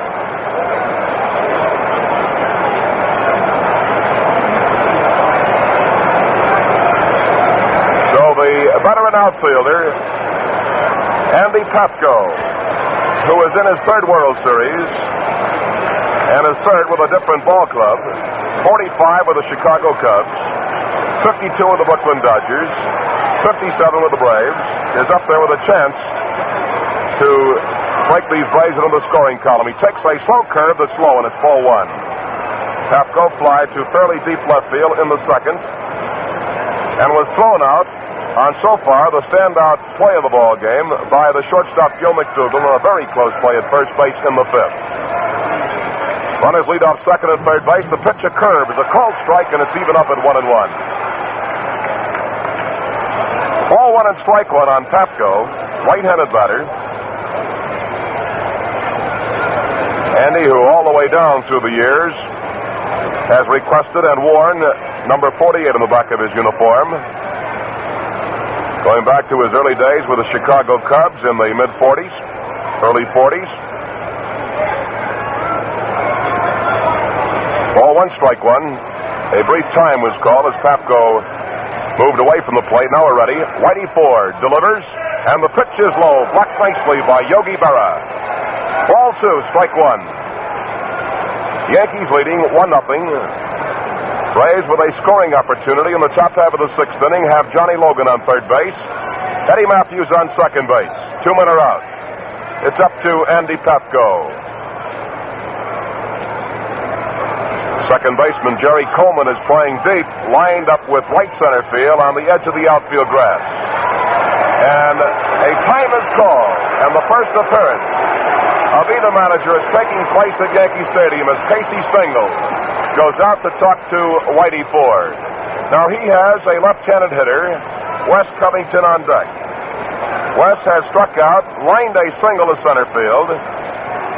It may be, with Ford behind on Papko with a 2-1 count, he may want Whitey to be very careful with Andy and possibly put him down on first base. instead of coming in with that good pitch and to get at the left-hander, Wes Covington. We'll see in a moment. Yogi Berra crouching down behind the plate. They're going to work on Papko. First base open, the 2-1 pitch. A swing and a foul behind the plate. And the count is even at ball 2, strike 2. The Yankees scored in the last half of the 5th inning on a single by Jerry Coleman and a run-scoring double by right fielder Hank Bauer. 1-0. A ball 2 and a strike 2 count on Andy Papko. Logan starts edging off third base as Matthews moves off second base. Mickey Mantle is shading Papko slightly towards left center. The pitch swung on and rolled foul over towards the Braves dugout.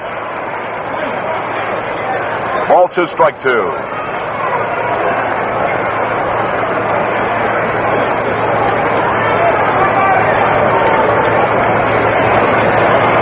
The envy of all Milwaukee and Wisconsin amongst the youngsters set, Paul Wick, Braves regular bat boy, is in uniform and taking over his job here at Yankee Stadium today. He had a book written about himself. 2-2 pitch. Swung on, and there is another roller foul down to the third base coach, Connie Ryan. A ball 2 and a strike 2 count on Papko as Whitey Ford working hard. Andy has played outstanding baseball for Fred Haney this year. And during the height of the ball club's many injuries, Papko was truly a great standout. Ball 2, strike 2. Milwaukee runners lead off second and third base. 2 outs. The pitch. This is high, and it's ball 3.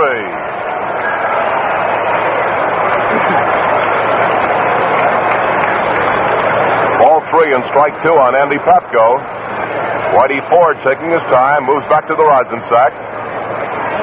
Yogi Berra crouching down behind the plate. Looks out now, giving his pitcher time.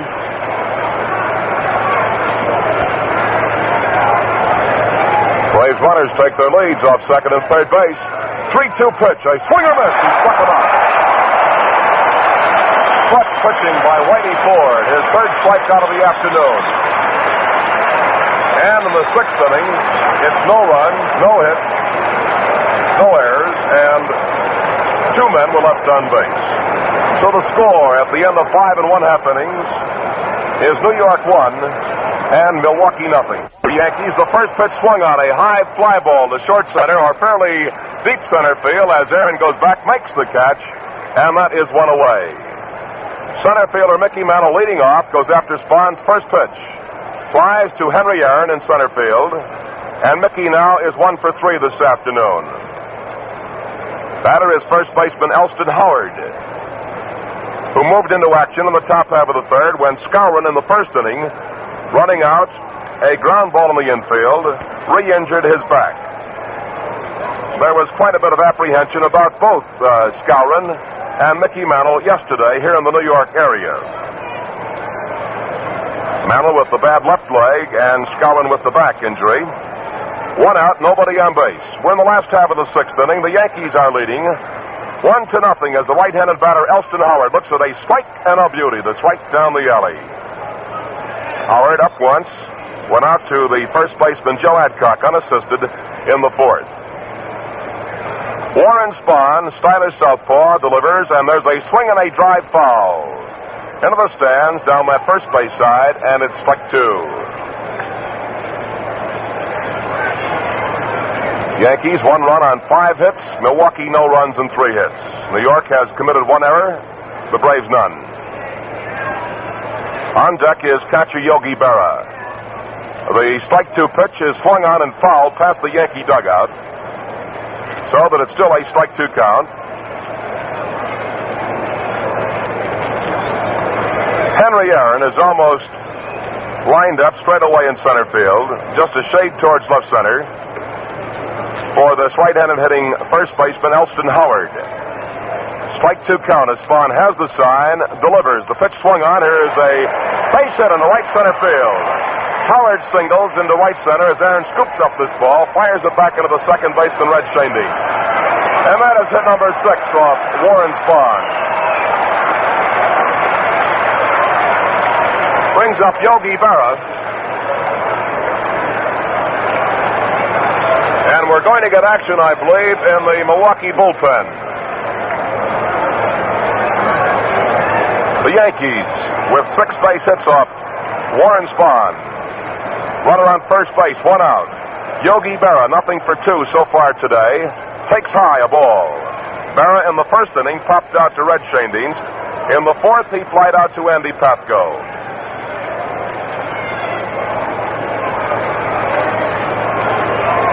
Joe Adcock holding Elston Howard on at first base. Spahn delivers. The pitch is over, but too low, and that's ball 2. 2-0. Breaking pitch below the knees.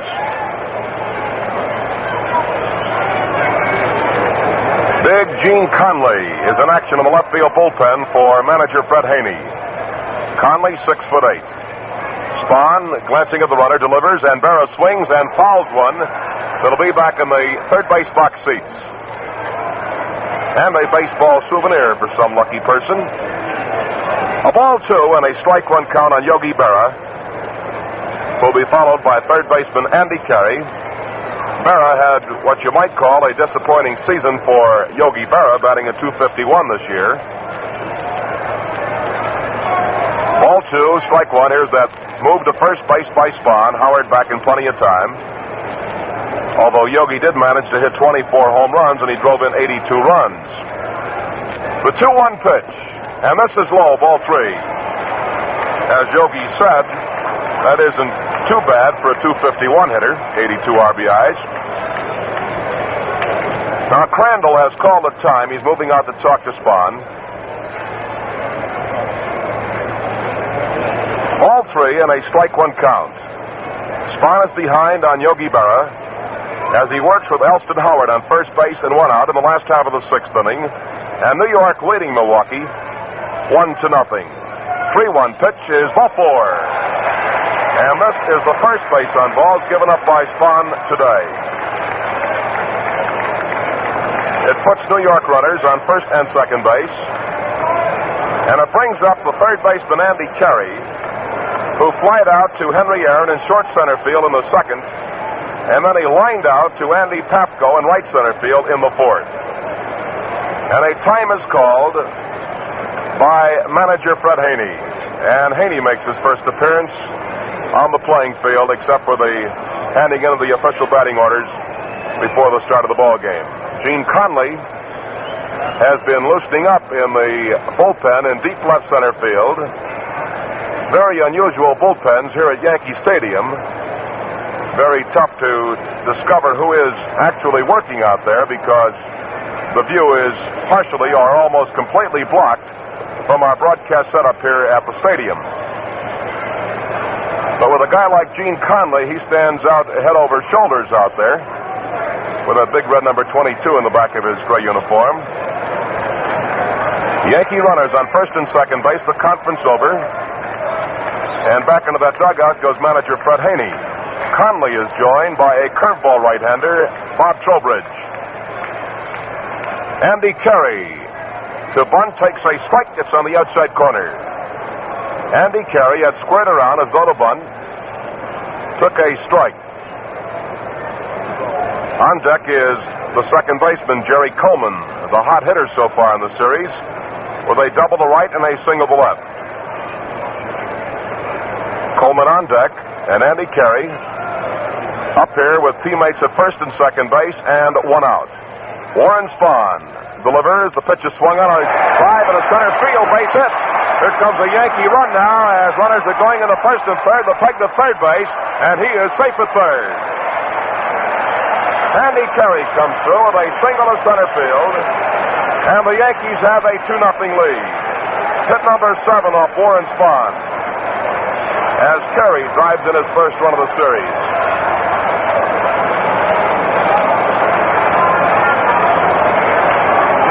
Henry Aaron's throw from center field went to third baseman Eddie Matthews, who tried to put the tag on Yogi Berra.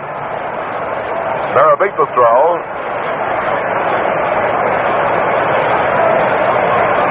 And now we have manager Fred Haney out of the mound again as second baseman Jerry Coleman is due to hit next. And we may see Haney go to the bullpen for either Gene Conley or Bob Trowbridge. And that is going to be all for the veteran southpaw, Warren Spahn.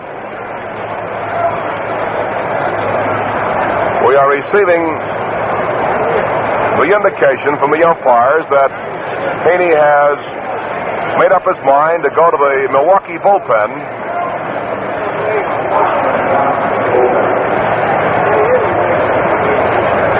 Ernie Johnson had joined Trowbridge and Conley out there. And this looks like the big right-hander, Ernie Johnson. Ernie Johnson is moving in from the bullpen in deep left center, and while he walks in here, we now pause 30 seconds for station identification.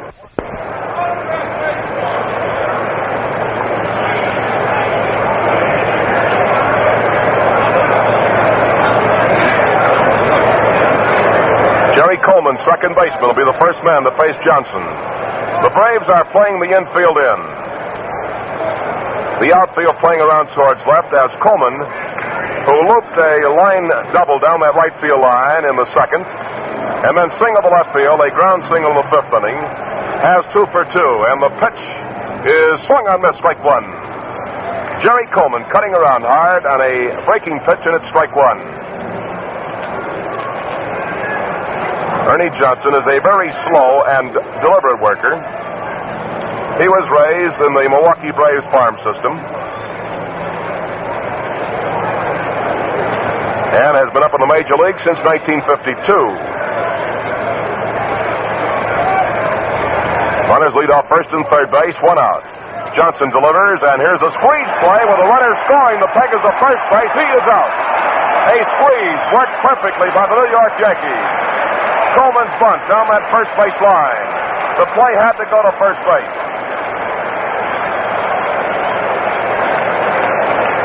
Coleman was out. Berra scoring. That'll be scored as a sacrifice and a run batted in for Jerry Coleman.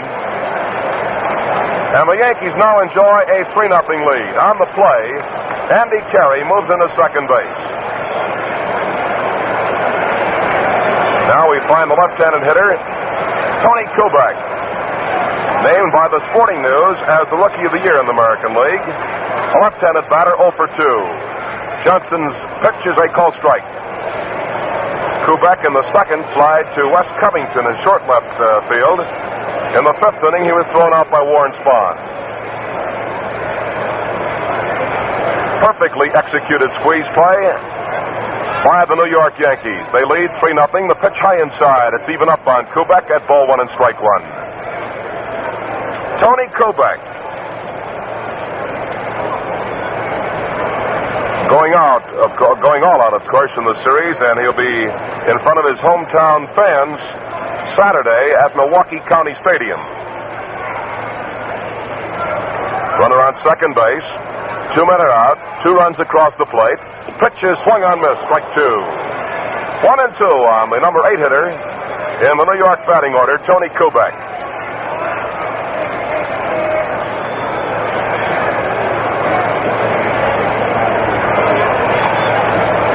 Ball 1 and strike 2.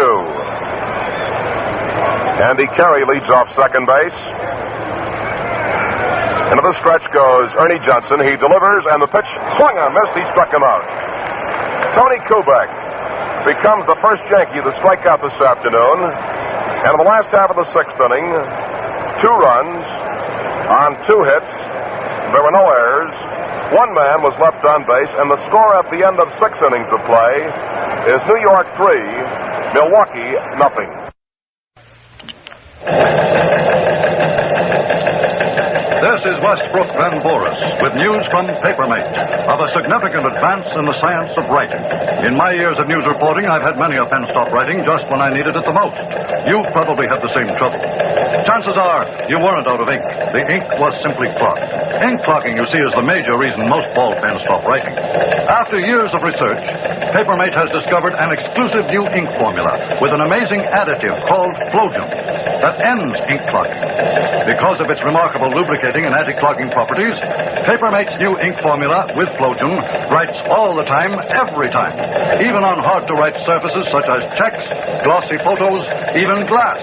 Get a Papermate, the only pen that has the exclusive new ink formula with amazing Flojum. The Papermate Piggyback Capri is still just $1.95. Sharp defensive first baseman now in Joe Collins.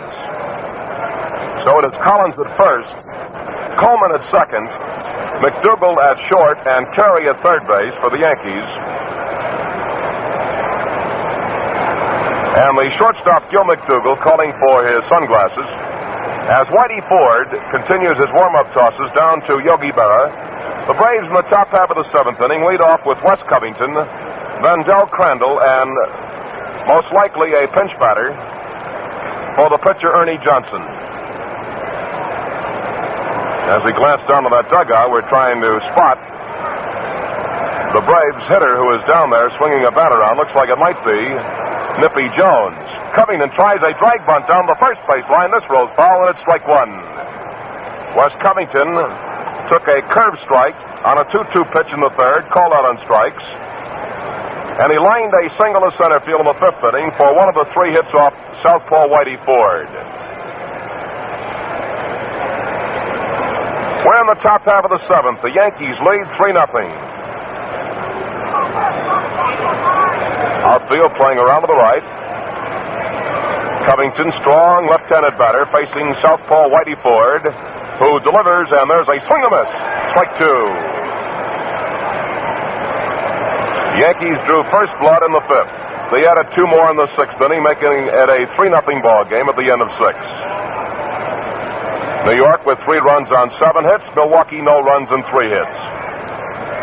Whitey Ford has the sign. The pitch is swung on. There's a drive down the left field line. This might be a fair ball. It's down there for extra bases. Here is Covington going into second base with a stand-up double. Wes Covington hit that curveball, a line shot, down deep in the left field corner, and he comes up with his second base hit of the afternoon, hit number 4 off Whitey Ford, and the batter is catcher Del Crandall. An opposite field double by the southpaw hitting left fielder Wes Covington.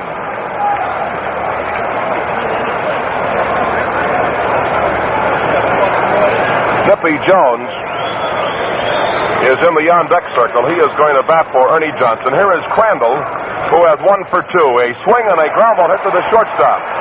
Up is McDougal, throws to first base. He is out, and that's one away. Crandall, going after the first pitch, was tossed out by Gil McDougal. So the Braves catcher is 1 for 3 as he singled in the third. Now here is Nippy Jones.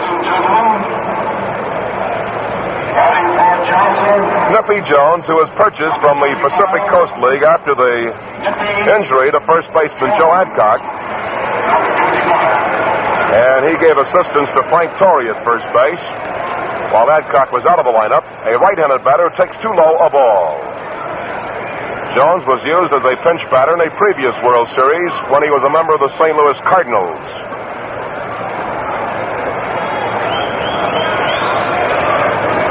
And the pitch to Nip is swung on. Here is a foul. It's off to the right. And it's even up at ball 1 and strike 1. Nippy Jones, who resides now in Linwood, California, 6'1", 190 pounds. He has very strong shoulders. And he has come through with some very big base hits for the Braves since moving up from California, from that Pacific Coast League. Right-handed batter, runner on second base. The pitch swung on. A chop down that third base side. Picked up by Ford over to first base. Jones is out. A high throw. Nice stretch by Joe Collins. And on the play, Covington goes over to third base. Nippy Jones is tossed out by Whitey Ford. Those kind can be troublesome sometimes to a pitcher. Red Shanding's up there with a chance to drive in a run now.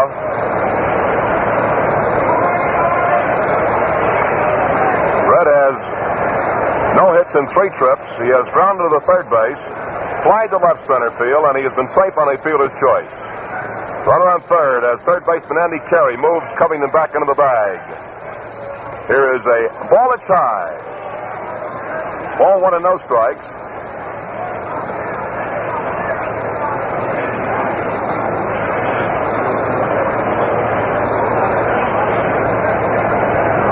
Ball 1, no strikes on Shandings. On deck is shortstop Johnny Logan. Covington on third base, led off in the 7th with a double down the left field line. 2 men are out, and the pitch is outside, ball 2.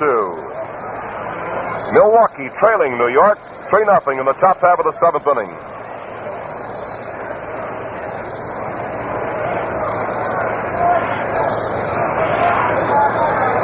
Left-hander Whitey Ford's 2-0 pitch, and it's ball 3. Too low, ball 3, no strikes. Shandings glancing quickly down at Connie Ryan, coaching at third base. Here is Ford's 3-0 pitch, and he gets that strike in there. It's ball 3 and strike 1. Ball 3 and a strike 1 count on the Braves' leadoff man and second baseman Red Shandings. The 3-1 pitch, and a strike 2, a beauty, outside corner knee high. It's 3-2.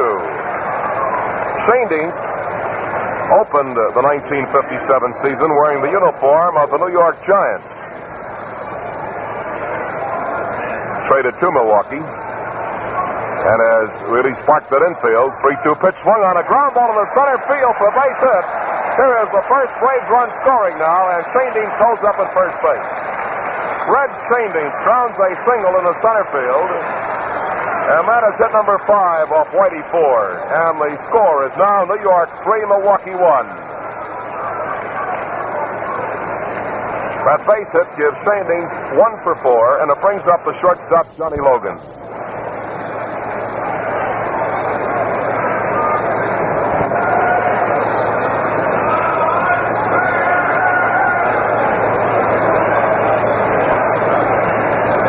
A right-handed batter. Ford has the sign. The pitch to John, swung on foul, back into the screen, and it's strike 1.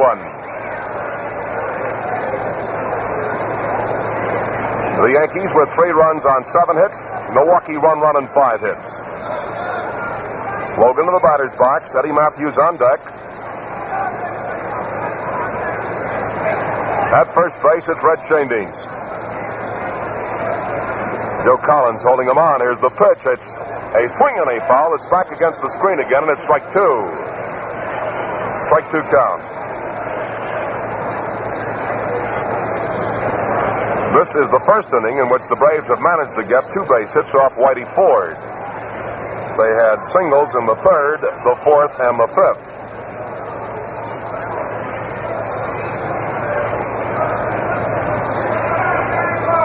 Into the stretch goes Ford. He delivers, and the pitch is high. His fastball, it's 1-2. Ball 1 and strike 2 on shortstop Johnny Logan. Johnny out of the batter's box. He appears to be a very nervous hitter when he's up there with all of his motions. He windmills his bat as he watches Ford go into the stretch. The curve just misses outside. It's ball 2. Whitey trying for that outside corner, just missed it. It's ball 2 and strike 2. Red Shandings at first base and 2 outs.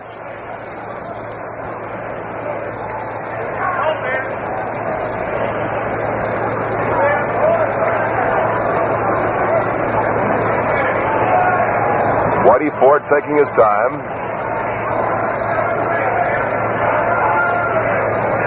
Shandings standing motionless on first base. Now leads as Ford goes into the stretch. 2-2 pitch, a swing and a miss. He struck him out to retire the side. Logan becomes strikeout victim number 4 of Whitey Ford. In the 7th inning, 1 run, 2 hits. There were no errors. And one Milwaukee Brave was left on base. The score at the end of 6 1/2 innings is New York 3 and Milwaukee 1. In the last half of the 7th inning, the New York Yankees will lead off with their pitcher, Whitey Ford. And Whitey will be followed by Hank Fowler and then Gil McDougald. On the mound, it's a big, strong-arm right-hander who hails from Brooklyn, New York, Don McMahon. He joined the ball club in midseason from the Wichita Farm Club and did a very fine job for Fred Haney. A blazing fastball. He has had very sharp control. He finished with a record of 2 wins and 3 defeats, but he saved quite a few ball games for the Braves in the clutch part of the season.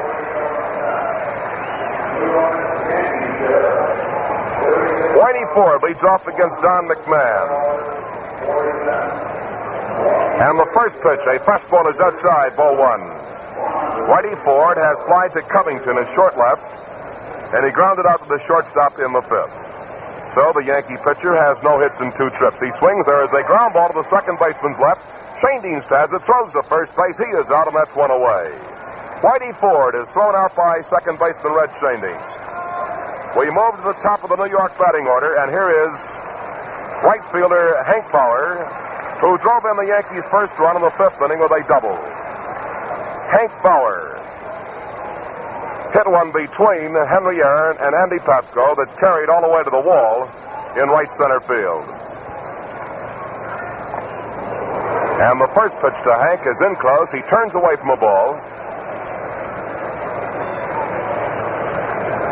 Hank Bauer, 1 hit and 3 trips. And here is a fast strike. It's even up at ball 1 and strike 1. Braves outfield is playing Bauer around towards left. Yankees have a 3-1 lead the last half of the 7th inning. And on deck it is shortstop Gil McDougald. McMahon delivers, and a strike is called as Bauer looked like he wanted a bunt for a base hit. Took it on the inside corner. Don McMahon, third pitcher used by manager Fred Haney. The 1-2 pitch, a swing and a miss. He struck him out as Bauer was pulled on a curveball. So there is strikeout number 1 for Don McMahon, who averaged almost a strikeout per inning in relief this year. That is the second Yankee to go down on strikes. Kubek struck out in the 6th. While Whitey Ford has chalked up 4 strikeouts against the Braves. Gil McDougald, a right-handed batter, has 1 hit in 3 times at bat. And a fastball backs him away in close, and it's ball 1 and no strikes.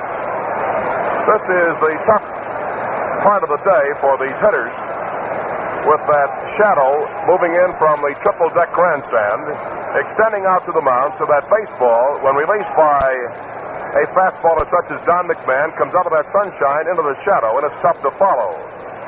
And McDougald really broke away from the plate in a high inside hummer, as a ball player would say. McDougald 1 for 3, single his first time at bat. He takes a fastball high, and it's ball 2. Ball 2, no strikes on the Yankee shortstop, Gil McDougald. Mickey Mantle kneeling down off to the right of the plate. 2-0 pitch, and a strike is called. It's 2-1. First game of the 57 World Series. Now in the last half of the 7th inning. And New York leading 3-1. Ball 2 and strike 1 as Don McMahon fires away. A swing and a foul that's way down the right field line, going up into the upper deck, bouncing down to the box seats. And it's ball 2, strike 2. McDougald getting set on the batter's box. He has a straightaway stance. Gil watching Don McMahon now as the young right-hander gets his sign. Here's a swing and a miss. He struck him out to retire the side. 2 strikeouts in a row for Don McMahon. And the Yankees are 3 up and 3 down in the 7th.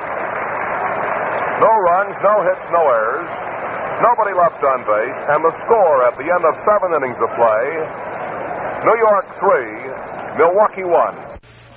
Look sharp, feel sharp, be sharp and listen, mister. How you fix for blades? Do you have blades? How are you fixed for blades? You better check. Please make sure you have enough, 'cause a worn out blade makes you shaving mighty tough. How are you fixed for blades? Better look. Gillette Blue Blades, I mean. Hughes, Henry Aaron, and Joe Adcock in the 8th inning. Matthews, who set himself 3 goals this spring at the Braves spring training base in Bradenton, Florida, missed on 2 of the goals, but not by too much. He wanted to hit at a 300 clip. He wanted 30 home runs, he hit 32. He wanted 100 RBIs, and he had 94. And he finished at 292. In the 8th inning, Eddie Matthews leading off, and Ford's first pitch is a strike felt high on the inside corner. In the first, Matthews popped out to Andy Carey.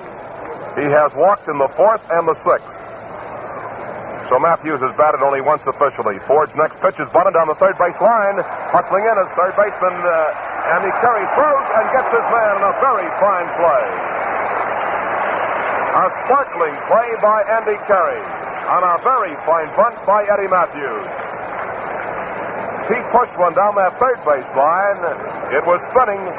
Carey racing in, threw off balance, and got his man by about 2 steps.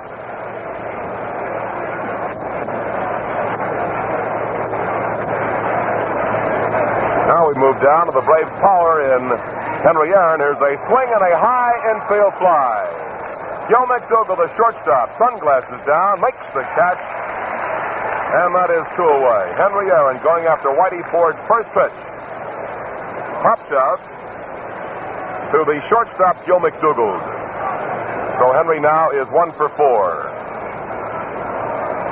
Brings up the first baseman, Joe Adcock, who has flied to fairly deep right field, grounds it into a double play in the 4th inning, and was tossed out by the first baseman to the pitcher covering first base in the 6th. The pitch is low to Joe, and it's ball 1.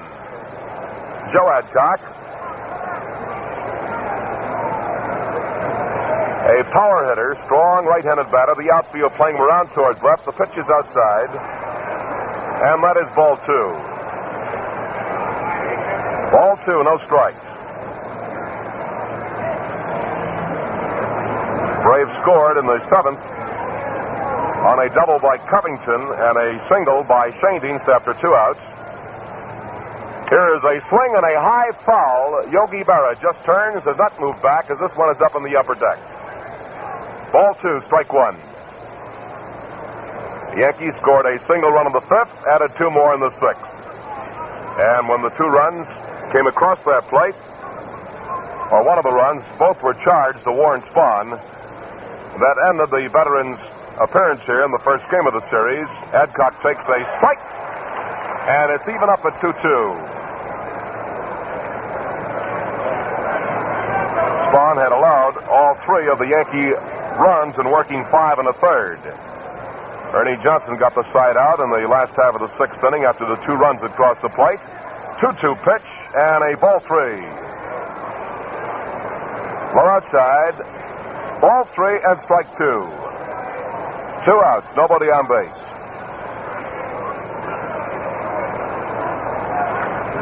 The wind up and the 3-2 pitch, a swing and a chop past the mound. The shortstop to his left picks it up, big hop, throws to first base. Adcock is out, and that retires the side. Joe Adcock is thrown out by Gil McDougall.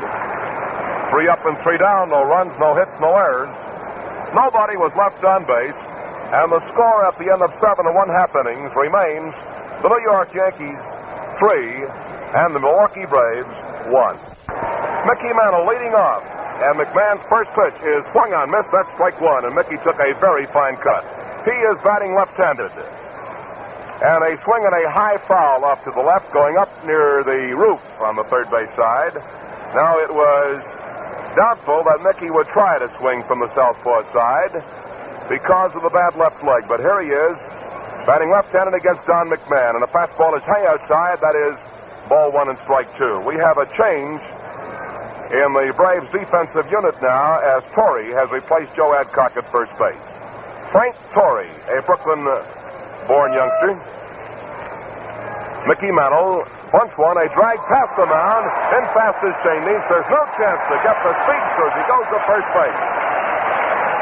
Mickey Mantle pushed that ball past Don McMahon, and Shane Neese realized he had no chance to get a fellow most people in baseball know is the fastest guy from home plate to first base, Mickey Mantle. So Mickey comes up with his second base hit. And that is hit number 1 off Don McMahon, number 8 in the ball game for the Yankees. And the batter is first baseman Joe Collins. Up for the first time, a left-handed swinger. And Collins swings and rolls one foul behind the plate at strike 1. A strike 1 count.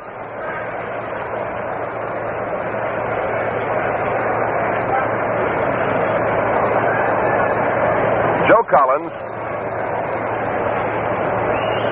another veteran who has seen quite a few World Series for Casey Stengel. He's up there with Mantle on first base. He swings, misses, and it's strike 2. Collins hit at .201 this year, appearing in 79 ball games. He hit 2 home runs and had 10 RBIs. Mantle on first base and nobody out. Last half of the 8th, Yankees leading 3-1 as McMahon fires over to the first baseman Frank Torrey. Strike 2 count on Collins. Another throw to first. These two out there now, McMahon and Torrey, played high school baseball against each other in Brooklyn, New York. Here's a swing and a miss. The runner going to take to second base. He is out at second base. Mickey Mantle is tossed out by Del Crandall and the shortstop Johnny Logan covering at second. So there is a double play as Collins goes down on strike. And that is strikeout number 3 for Don McMahon. And Mantle is doubled up at second base, trying to steal. So it's 2 outs and nobody on base. The first Yankee trying to steal a base, cut down by Crandall. Crandall to the shortstop, Johnny Logan. Batter is catcher Yogi Berra now with 2 outs, nobody on base, and McMahon's fastball sails high outside, and that's the ball. Ball 1 and no strikes. Berra has popped to second base, flied to right field, and he has walked and scored one of the Yankees' 3 runs. He takes a strike, and it's even up at ball 1 and strike 1.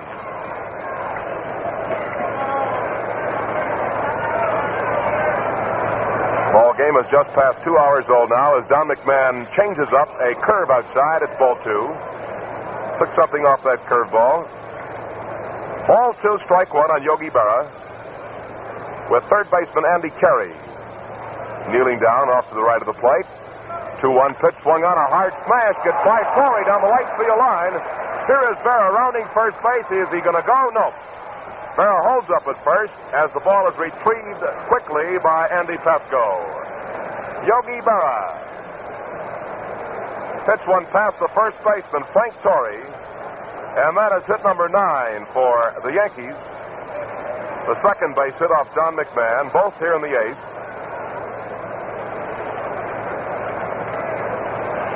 Berra on first base, 2 outs. And we move down to the third baseman, Andy Carey, who has flied to short center field, lying to right center to Andy Pafko, and single to center to drive in a run in the 6th. Andy takes high a ball. Ball 1, no strikes. Andy Carey, who finished this year in the American League with a .255 batting average, drove in 33 runs. And here is a ball high. It's ball 2. Terry worked in 85 ball games this past season. Managed to collect 6 home runs. Ball 2, no strikes, and a ball 3 is low, 3-0. Fast-balling right-hander Don McMahon.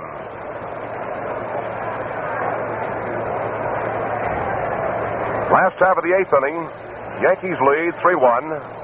Yogi Berra on first base and 2 outs. McMahon's pitch, a strike is called, and it's 3-1. Whitey Ford has gone all the way against 3 Milwaukee pitchers, Warren Spahn, Ernie Johnson in the 6th, and Don McMahon in the 7th. A fastball is in close, and there's ball 4. Carey moves down the first base line. Yogi Berra trots into second base. And this is the first walk issued by Don McMahon. The second walk of the ball game for the Yankees, one off Warren Spahn in his 5 1/3 innings. Second baseman Jerry Coleman, who squeezed the runner across the plate with a beautiful bunt in the 6th. Sacrifice has singled the left and doubled. 2 for 2 with 1 RBI and 1 run scored. And a time is called by Jerry Coleman. He steps out of the batter's box. New York runners on first and second base. 2 outs. Last half of the 8th, the outfield playing Coleman around towards left. The curveball is in close, and that's ball 1. Ball 1 and no strikes. Yogi Berra on second base, Andy Carey on first base. Berra this afternoon with that single to right field has 1 hit and 3 trips. Ball 1, no strikes, and a curve is in close. Ball 2 on Jerry Coleman. Tony Kobach is on deck. Now Matthews walks in a few steps from his third base position, yelling words of encouragement to Don McMahon. 27-year-old rookie who during the early part of his minor league career had a lot of trouble with control. Worked on it the last 2 years at Atlanta and at Wichita, a couple of Braves farm clubs. Ball 2 and no strikes. And here is a swing and a ground ball to the third baseman, picked up by Matthews, over to first base, and that retires the side as Coleman is tossed out by Eddie Matthews. In the last half of the 8th inning, New York has no runs on 2 hits. There were no errors, and 2 Yankees were left on base. At the end of the 8th inning, the score is New York 3, Milwaukee 1. Look sharp. Feel sharp. Be sharp. The only way to get a decent shave is Gillette. Shave Gillette. The last chance for the champions of the National League, the Milwaukee Braves. They trail the New York Yankees 3-1. So Haney's boys need 2 runs to tie. And they'll send up Andy Papko, Wes Covington, and Del Crandall facing left-hander Whitey Ford. He's pitched a beauty. And as he faces Andy Papko, he goes up against a guy. He's gotten out of there 3 times today. Papko has fly to deep left. Thrown out by Gil McDougal, and he is struck out. Right-handed batter, and Ford's first pitch. Papko takes low. It's a ball, bouncing away from the catcher, Yogi Berra. Nobody on base and nobody out. 9th inning, Yankees 3, Milwaukee 1.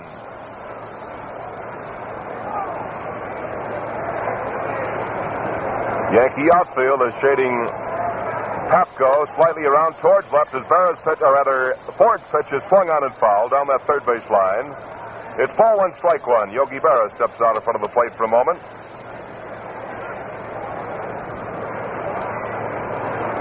Joe Paparella of the American League has worked behind the plate this afternoon. Very sharp job. 1-1 pitch. Swung on. There is a high infield fly. First baseman Joe Collins near the bag, and he makes the catch. That's 1 out. Andy Papko pops out to Joe Collins. Now with the success so far of Whitey Ford, it may very well be that Casey Stengel will stick to the words he was mentioning yesterday, that if Ford makes a good impression, he may very well go back or come back with another southpaw tomorrow. That being little Bobby Shantz. Wes Covington, a left-handed batter with 2 hits. Swings and fouls, and back here that's out of play, and it's strike 1. Covington was called out on strikes in the third. He lined a single to center field in the fifth inning and doubled down the left field line in the seventh. He has scored the only run for Milwaukee in the seventh inning, scoring on a single by Red Shandies. 0-1 pitch. Curve is in close, and it's even up at ball one and strike one. One out. Braves ninth, and they trail by 2 at 3-1. The 1-1 pitch, and a ball 2 is in close, 2-1.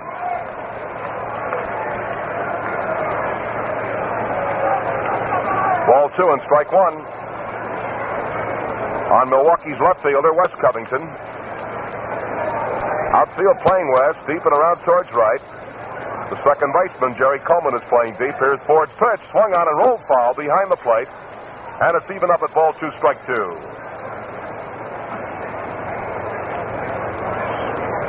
Ball 2 and strike 2 on Covington. Whitey Ford looking down at Yogi Berra. Little southpaw kicks up his leg and delivers a swing and a miss. He struck him out, and that's 2 away. And that is strikeout number 5 for Whitey Ford. When the last man is out, Bill Corum, one of the country's foremost sports writers, will be here in the broadcasting booth to tell you how he and other experts in the press box viewed today's game.